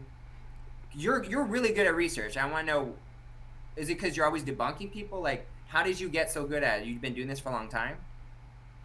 I don't even know if I am good at research. You are good at researching. You are definitely good at it. The first thing you do is, instead of believing someone, is you go start researching, Googling, looking at studies. That's really good. A lot of people don't do that. Right, because when I hear a claim, I check and try and falsify it. Yeah, a lot of people just see it on the news and they're like, okay, it's true. And I think you have to go further. You have to go beyond that. You have to, people are saying these diets were good. I tried it, had success. I did my own experiments, had success. Now I'm on the process of lab testing. That's how it always is. You hear stuff, you vet it for yourself, then you keep going further as long as the data keeps pointing in the positive direction. So, I do appreciate that about you. You're very good at researching. And another question I have for you is, why would you say you've made so many videos about me? What's that all about? You're a really interesting guy. In fairness, I haven't in a long time. You haven't posted stuff. But why did I used to? Because you are the ultimate example of a QAnon believer. Especially during that period. I see. Have you had any other people come on your show who have similar beliefs as me, or no? No. Would you be open to doing once a month or once every 2 months video call? Look, these conversations are valuable. They're valuable. Even if it's only 100 people watching, it's 200. This is important because I'm going to call you out on your BS and you can call me out on mine. And that's that. How often do you see really smart Democrats debating people who you also believe are very smart Republicans? I would have to meet a smart Republican. There you go. It's rare. It's rare to see two people on opposite ends who are very intelligent having a good debate. I would say that we're pretty good. We're pretty smart people, and having this debate is beneficial for the audience. You have to hear both sides. I would be open to doing things again, but the framing is interesting from you. I don't... How do I explain this? It feels like you're kind of both sidesing this, which I understand from your position why you would want to do. I didn't hear you. I'm doing what? You're kind of both sidesing this issue, which I understand why, because you're wrong. I don't know how to put this. Peter, as a person, you're great, as far as I know. You know, you're misinformed on some things. I am very concerned for you. I think you've made a lot of progress in the sense that, like, you've clearly become more skeptical about the cult you grew up in, and that's good. I'd maybe think about applying that same critical thinking to some of the other things you believe in terms of, like, Trump and maybe this stuff. Based on goalposts, they're conditional. I'm open to uninstalling or not believing these beliefs if results don't happen up to a certain point. But there's only a certain point where you believe it with no results. If there's no results by January 25, January 31st, 2025, at that point, there's not much I can say. You said that last time, though. Before the last election, you said the same thing. And now you're still here. So do you understand why... I was wrong. But I will stop believing all this stuff if it gets that far. I don't think that's true. Do you believe, how about this? Do you believe there could be a civil war? If the military steps in and says Biden cheated, Trump won, there could be a civil war? In a hypothetical, sure. That's not happening, though. So what's your whole take on Trump endorsing this woman who says that the military stepping in guaranteed, it's only a matter of when? What are your thoughts on that? Because he desperately needs anything to sound like it's going well for him, because things are going very badly for him. So you think there's zero chance the military could step in, or Yes. any side of the military is on his side? Yes. Not even the Space Force, which he created, not on his side? Yes, correct. So do you believe there was any cheating Republican or Democrats on the 2020 election? Perfect election, just like you, Hannah. Perfect like you. On any scale to change On any anything? side. No, On any not side. really. No. So you're saying there's zero cheating in the 2020 election? Zero. I mean, there are always some people who get arrested for, like, dumb bullshit, but in any way that changed the results, no. Okay. Well, I would appreciate if once the military steps in, once certain things start moving in the direction, that you're open to talking to me, even though you're finding out that I'm correct. Peter, if you were correct, of course I'd have you back on. That'd be fucking amazing. Would it be amazing if the military stepped in? How would you react if the military stepped in? I'd be like, oh no, a fascist coup. That's not fun. I'm probably gonna get murdered. No one wants to murder people like you. A lot of Republicans do. They talk to me a lot. When they say, you got threats by Republicans? Oh, yeah. What? Who's threatening you? And just people on the internet all the time. They tell me to kill myself. They tell me that I'm a creep, a pedophile, that they're going to kill me. That happens all the time to trans people. And it's the one good thing about that? You have a very tough skin. I feel like you're not letting it affect you. Is that true? You're just like, fuck these guys. I mean, at this point, but yeah, it affects people. It affects people a lot. So it's still affecting you in some way, or? Yeah, I think it affects every trans and queer person. It hurts knowing that there are tons of people who hate you for no reason. Yeah. The Republican rhetoric, in fact, rhetoric that Trump continues to spout too, very anti-trans stuff. Oh, Trump? What was Trump saying? Trump literally banned trans people from the military and continually talks about, like, banning, like, trans care and stuff. Like, he's not positive on trans people, Peter. Do you think the government taxpayers should pay to people who want to change sexes? Is that something you're for, I guess? If they're in the military, they pay for boner pills. Like, literally, it's a medical expense. In the military, do you agree that if you're in the military, your medical expenses should be taken care of? Depending on how medical expenses are defined. But yes, I think it makes sense. Okay. Generally. Well, there you go. That's the answer. So is he only banned it for people in the military getting sex changes? He banned trans people from being in the military, and I understand he that. kicked all the people in the military who were trans out. What did he do in terms of banning taxpayer money to pay for sex changes? I don't know. I have no idea what you're talking about. Okay, there. I thought he was accused of not letting, because that was another thing people were complaining about, taxpayer money going to people who want to get sex changes, and people are like, are you for that or against that? I'd be for it. I want everyone to get the health care that they need. Okay. That makes sense. Is there anything else about Trump that's upsetting you, or? He's kind of just a shitbag and probably a rapist. He was friends with Jeffrey Epstein, so he probably raped kids. You know, the typical. If you so if it comes out that Trump was actually going after the pedophiles, the traffickers, and a lot of, when people say Democrats, they're often talking about Democratic politicians. A lot of Democratic politicians were involved in this stuff. Would that be a huge shock? Do you think that could, assuming true, I have no evidence to prove it. Assuming true, would that be a big shock that would wake up a lot of Democrats? It would be a shock because it is not evidenced whatsoever. Okay. I have a feeling either a false flag or some type of exposure to Democratic politicians doing really heinous crimes is what's going to come out this year that might unify the country. But, you know, I'm always for building a bridge, especially for people like you. Again, I said this a lot. I like you. I think you're very smart, very logical, and a great master debater. But you don't win. You don't beat me in every debate. I'll put it that way. But you're. I think you're at my level, or maybe. Thank you, Peter. That means a lot to me. I'll take it further. You're a better debater than I, but you're not smarter than me on every topic, especially some of the ones I've talked about. That's wonderful, Peter. Thank you. Do you debate anyone else on your show? I've talked to people before, yeah. I talked to a month or two ago, I talked to a guy who said he would have sided with the Nazis, so he was like a shitty guy. Oh, shit. Are those bullets real, or? No, they're like toy plastic bullets. I'm like, dang, that's a pretty detailed. Does it actually have the church symbol on it? The actual church symbol in the front? No, it's got like a different thing it's got an H on it for Hannah.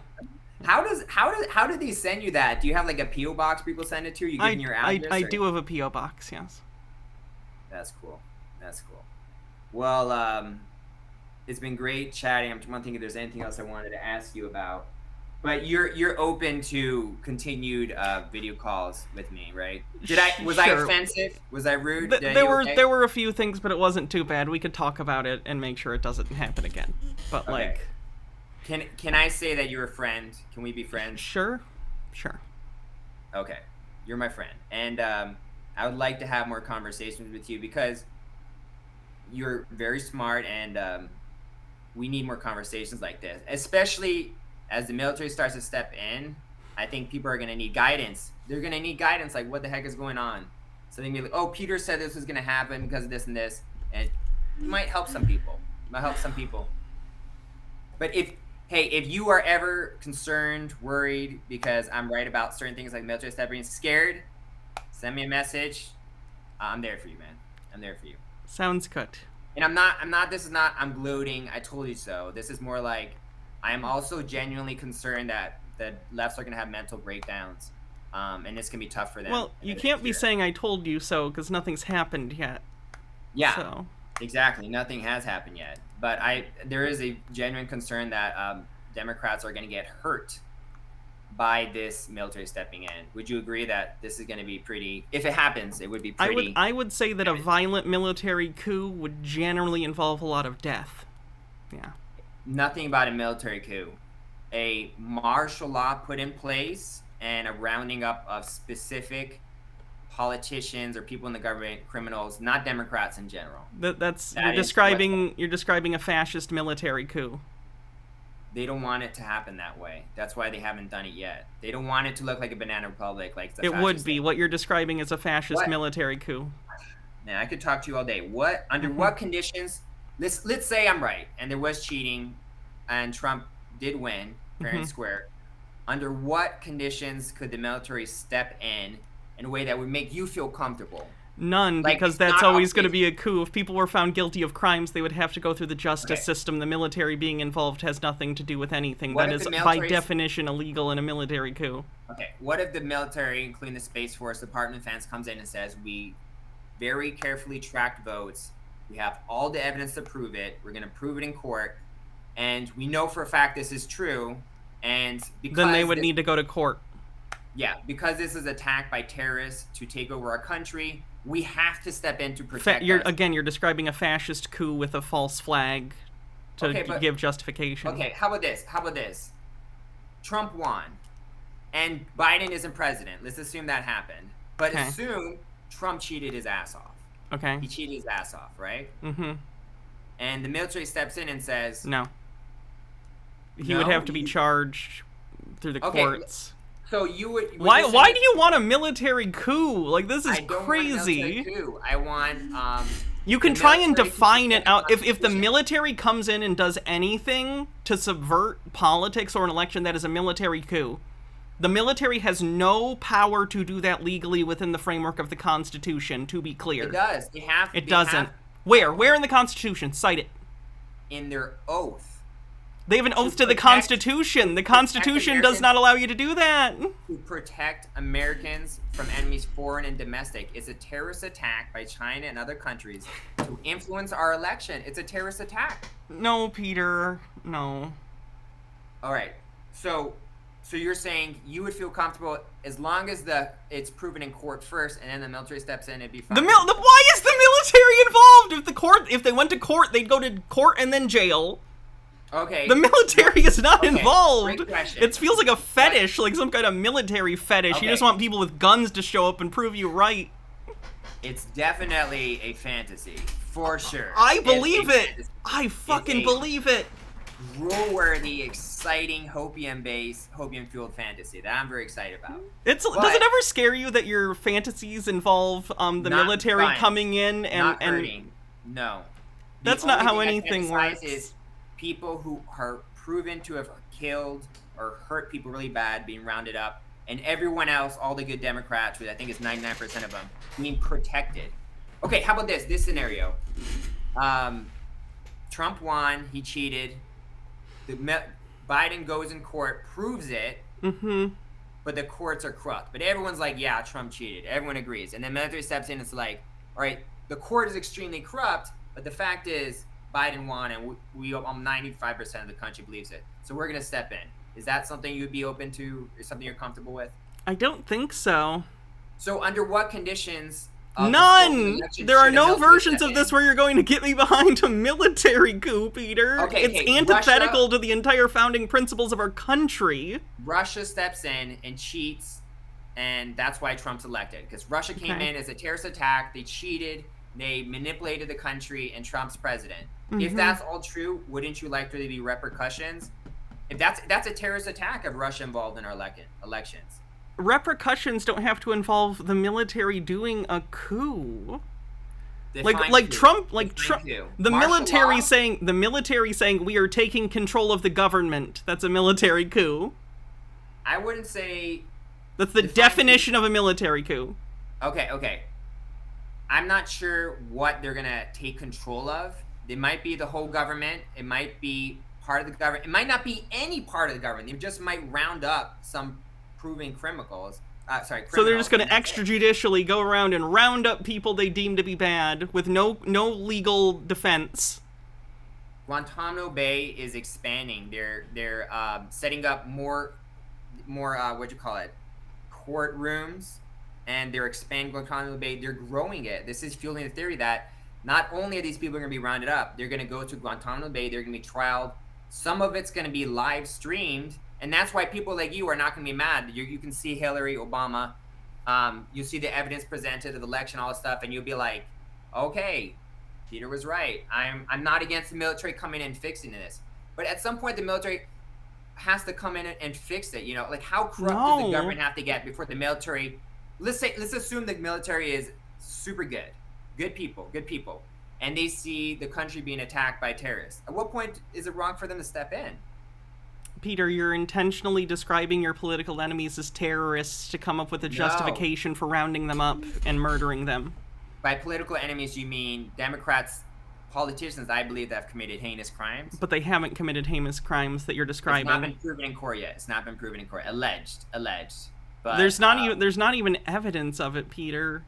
Fucking Comet Ping Pong, really? We doing this? No, I'm not going down that. I haven't researched it. I have no evidence for that. Frazzle drip. Again, spirit a theory cooking. I cannot prove. A theory I cannot prove. Not a theory, just a bullshit conspiracy theory. But a lot of this stuff's gonna come out. What do you think of True Social? People are saying it's a failure or something like that? It is. Literally, the only reason I have an account is to talk to you and see Trump posts. I appreciate it. Yeah. But the main purpose of True Social is that the good guys are not dependent on Elon to get all this information about the trials and the crimes out. And Trump has a backup because on True Social, I think you have to be like 18 to get on it. And it says you could see some disturbing stuff on it. A lot of people think the live streams are going to be on there. Evidence is going to be spread on True Social. It's an information weapon to help wake people up. Do you believe we're in some type of awakening period right now? Would No. you give me that? I don't. You don't think humanity is waking up to anything? Not Generally in particular, no. Okay. Well, Can I ask you something? You seem to have this interesting fixation on good guys, bad guys. Do you think that there are objectively good people and bad people? I think there's so many gray areas. Okay. It's so gray that it's hard to find someone who's like super good and super bad. It's so gray. It's so gray in the middle. But if there's people who've murdered a lot of people and intend to murder a lot more people, those people should be stopped. And if the military is the only people who can do that, I think that should be okay. Luckily, none of that is true, so don't worry about it. Don't worry about it too much. If there are corrupt people in the U.S. government who have been involved in killing millions of Americans within the last 2 years, and the military comes in to prevent more people from dying, are you against that? If the military comes in and saves millions of lives, are you against that? In what context?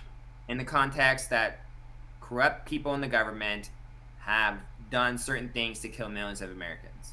Again, that's a very hypothetical. Okay, more specifically, pushing and enforcing the COVID vaccines and that type of stuff. No, I wouldn't care if. First of all, vaccines are a good thing, so you're barking up the wrong tree with that one. I'm not trying to convince you. I'm saying that is what people believe that. Okay, they're wrong. Your belief is, I understand people believe something. Someone believing something has zero bearing on how true it is. Doesn't matter. I'm not saying believing makes it true, not like Peter Pan fairy tales, but that is why people want the military to step in, because these people we believe, we can't prove it just yet, but we believe that they are trying to depopulate and hurt a lot of people. And you're wrong. Yeah. Anyway, I have to go now, but just trying to understand that there's good people on both sides, and the only reason people want the military to step in is to stop further death.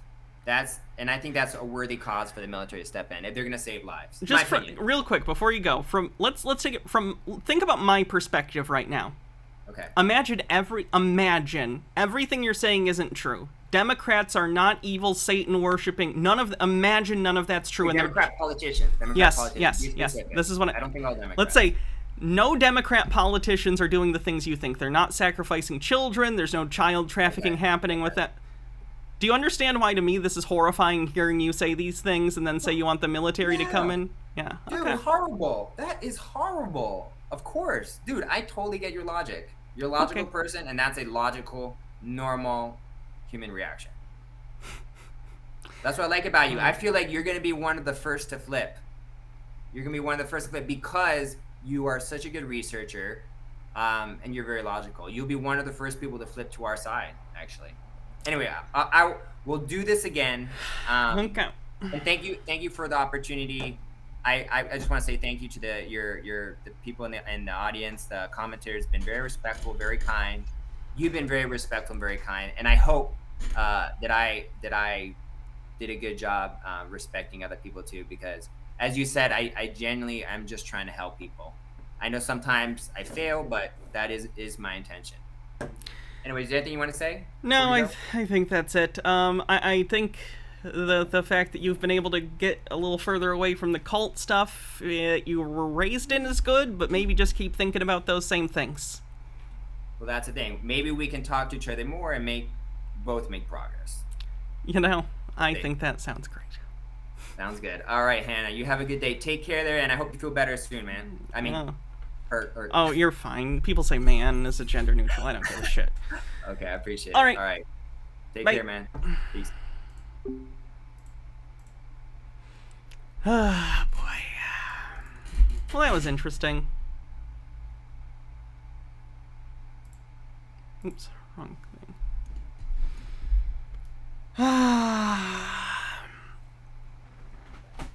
Hey, chat.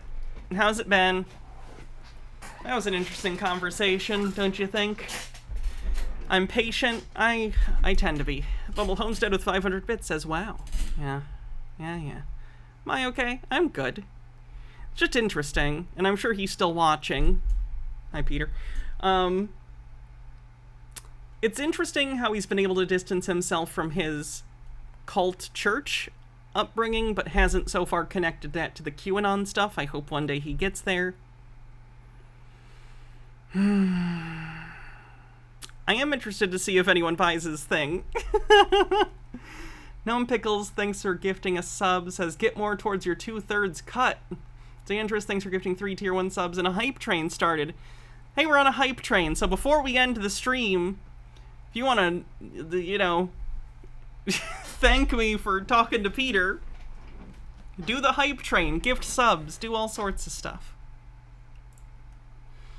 Oh, this will be on YouTube. I'm going to export it to YouTube.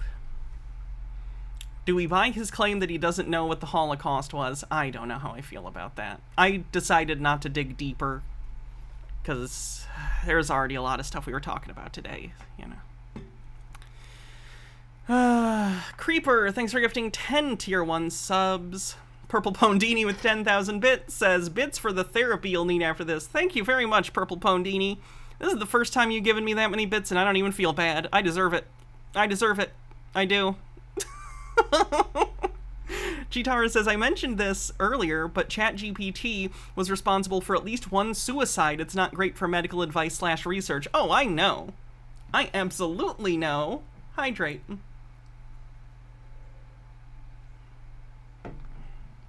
Terradona, thanks for gifting us a couple subs. Level 3 complete. I'll do this, but it doesn't show the thing. It's fine, though. You get it. Oh, boy. Let's watch more of King Bullethead, honestly. I need to see more of this, because this is hilarious. Let me just get the screen capture working. That's the wrong one. There he is. Puka says, last of my bits. Here you go. Thank you. Gnome Pickles with 100 bits says, I was initially worried that Peter was being unable or unwilling to do anything but smoke would result in him being homeless. Now I think it'll be a lawsuit that costs him his bullet crown. How am I feeling? I'm a little warm. I'm okay. If you're talking emotionally, I'm good. If you're talking in terms of, like, health, I'm a little iffy. But I'm fine. Miss Quilanius with 200 bits says, that's all my bits. Overthought, thanks for gifting a sub. I'm sick. Oh, yeah, I have COVID. I'm sick. If you didn't know. Anyway, back to King Bullethead. Someone said something about... What was the best one? Someone said something about eggplant. How's Baja doing? Better than yesterday. Still has a fever, though. Purple Pondini with 10,000 bits says, COVID bits. Thank you. Very much. Xandris, thanks for gifting a sub. There it is. Eggplant emoji. Is this going to be about penises?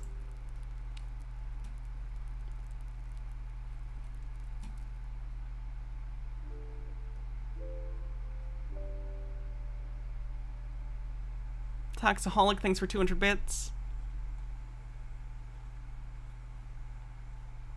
That sucks, Baja. I can go... if you need medicine or anything, I can go through, like, the Walgreens drive-through again, or whatever it is. Gnome Pickle says, don't be too worried about random pain. When I had it, it hit my legs and teeth and was unfun. DM Trey says, oh, you're warm. Must be inflammation. Yeah, we'll do an actual cleanse. 65% to level 7. But I want to watch some of these first.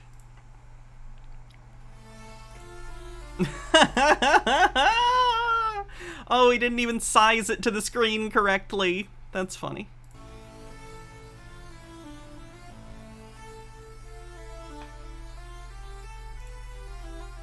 Especially for conservative women is that they what? Is that they what? Is that they is that Oh, it's the thing about if you ever see a lump in their pants, it's a gun. Is going to be the joke. It's a transphobic joke I've heard before. they is that they what? Is that they what? Is that they is that they that they got the song ding dong hot dog Johnny and Venom Modi. They got no thanks between the legs and making them horny. Conservative women know that only God can make a man a What?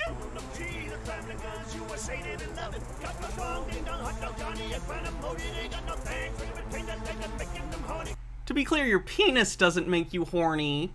Your brain does, and your hormones, so that'd be more testicular. Also, do you think women don't get horny? Holy shit. Telling on yourself.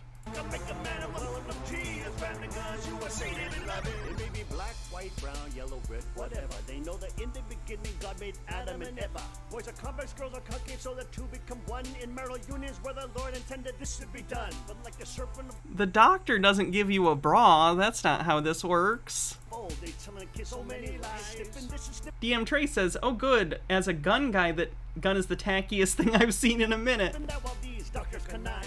Telling kids just trust the feelings, oh, it's so perverse. And parents pushing surgeries that can't be Again, literally, children don't get surgeries. reversed. These people evil like weasels, what they trying to make legal. They frontin' like they are regal when they are venal and fecal. If the parents are feeble, they want the kids on the needles. They like bloodthirsty eagles, cause they be spiritually lethal. Certain men and women can understand these things. They know that predators try to trick kids into doing dumb things. Cause certain women love the kids in and out of the womb. They got faith their husband's back and the sticks that go boom. Especially for conservative women, is that they what? Is that they what? Is that they? Is that they? Is that they? What? Is that they? What? Is that they? Is that they? That they got the song ding dong hot dog Johnny and Interesting. Venom Modi. They got no thanks between the legs and making them horny. Conservative women know that only God can make a man a woman. Look, gee, the family guns, you were sated and loving. Got the song ding dong hot dog Johnny and Venom Modi. They got no thanks between the legs and making them horny.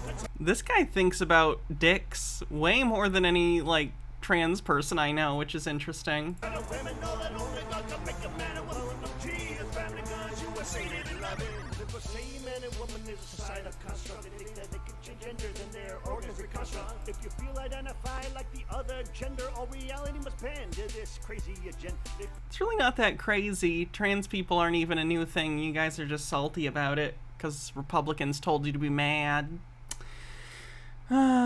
Scotty says, is this all just an excuse for him to wear a bra and lipstick and rap about dicks? Who needs an excuse? Sume says, more than you, Hannah? I didn't even... Yes, more than me. Haha, funny. Skifazoa says, not good, but better than the other one. True.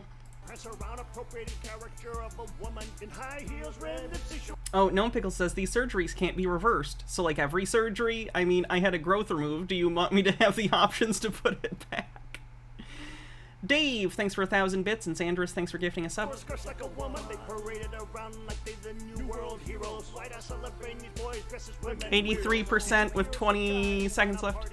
It's all beautiful girls, so gorgeous, slim and so shapely. He danced through the night, tipsy with his new lady friend. But when they got home, there was something that could truly offend. He woke up next morning next to this lady girl, but something wasn't right. His heads are spinning in a whirl. How didn't you notice? Creeper, thanks for gifting 5 tier 1 subs. Did the mouth feel not give it away? He said, oh my goodness, what happened? And what have I done? This liberal woman is brand, but now I see she got a eggplant. If you hate penises so much, why did you make a whole music video about them? Also, making a joke about a trans person being assaulted, which is a real thing that happens in real life, so that's not funny. That's why God said be sober, intelligent, and be wise. Concern of women bend their views. Some reality is truth. That there are only two genders. It's only God that can choose. Especially for conservative women is that they. What? Is that they? What? Is that they? Is that they? I'm just gonna put this out there. Like, if you're a person and you have sex with a trans woman and you don't, like you aren't just caught, if you aren't aware of the genital situation, what kind of sex are you having? Like, at no point during the sexual experience were you like, let's get some clitoris action. You know what I mean? Like, to say that you wouldn't notice tells me you're not good at sex. You know what I mean?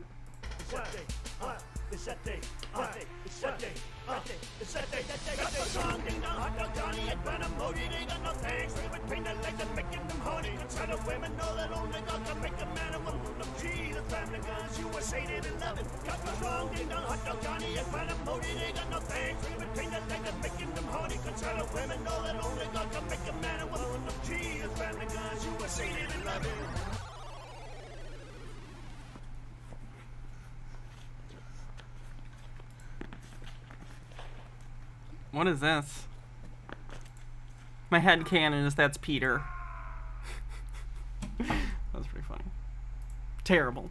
Just goddamn terrible. 7% to level 8. Alright, let's find some cleanses, and then we'll call it a day. Baycomp says, this made me cringe so hard my body has now become a black hole. Hey, you know, it happens.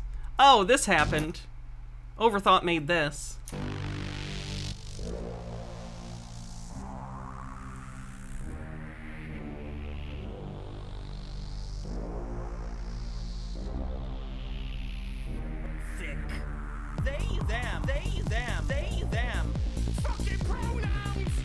Does not know what pronouns are. They, them, they, them, they, them. Fucking pronouns! No one gives a shit about you. Twat waffle! You're boring! Twat waffle! Fucking dull! Twat waffle! You're boring!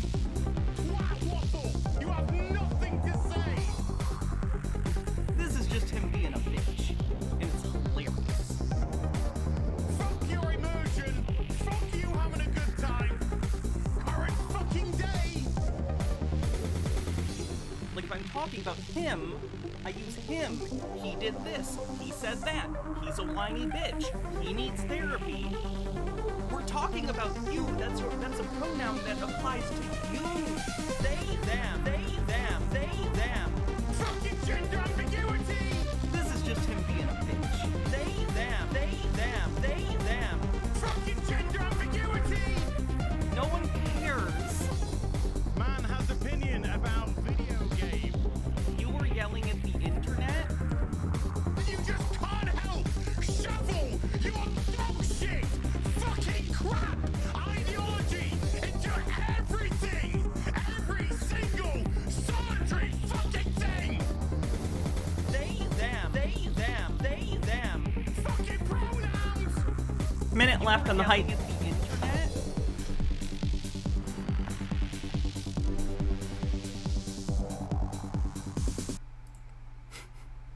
Great as always, Overthought. Thank you. 45 seconds. See if we'll be done. Bed Bath & Beyond people are still going, damn, I meant to talk to Peter about the Bed Bath & Beyond thing. Because I thought it'd be funny to hear his opinion. Maybe next time.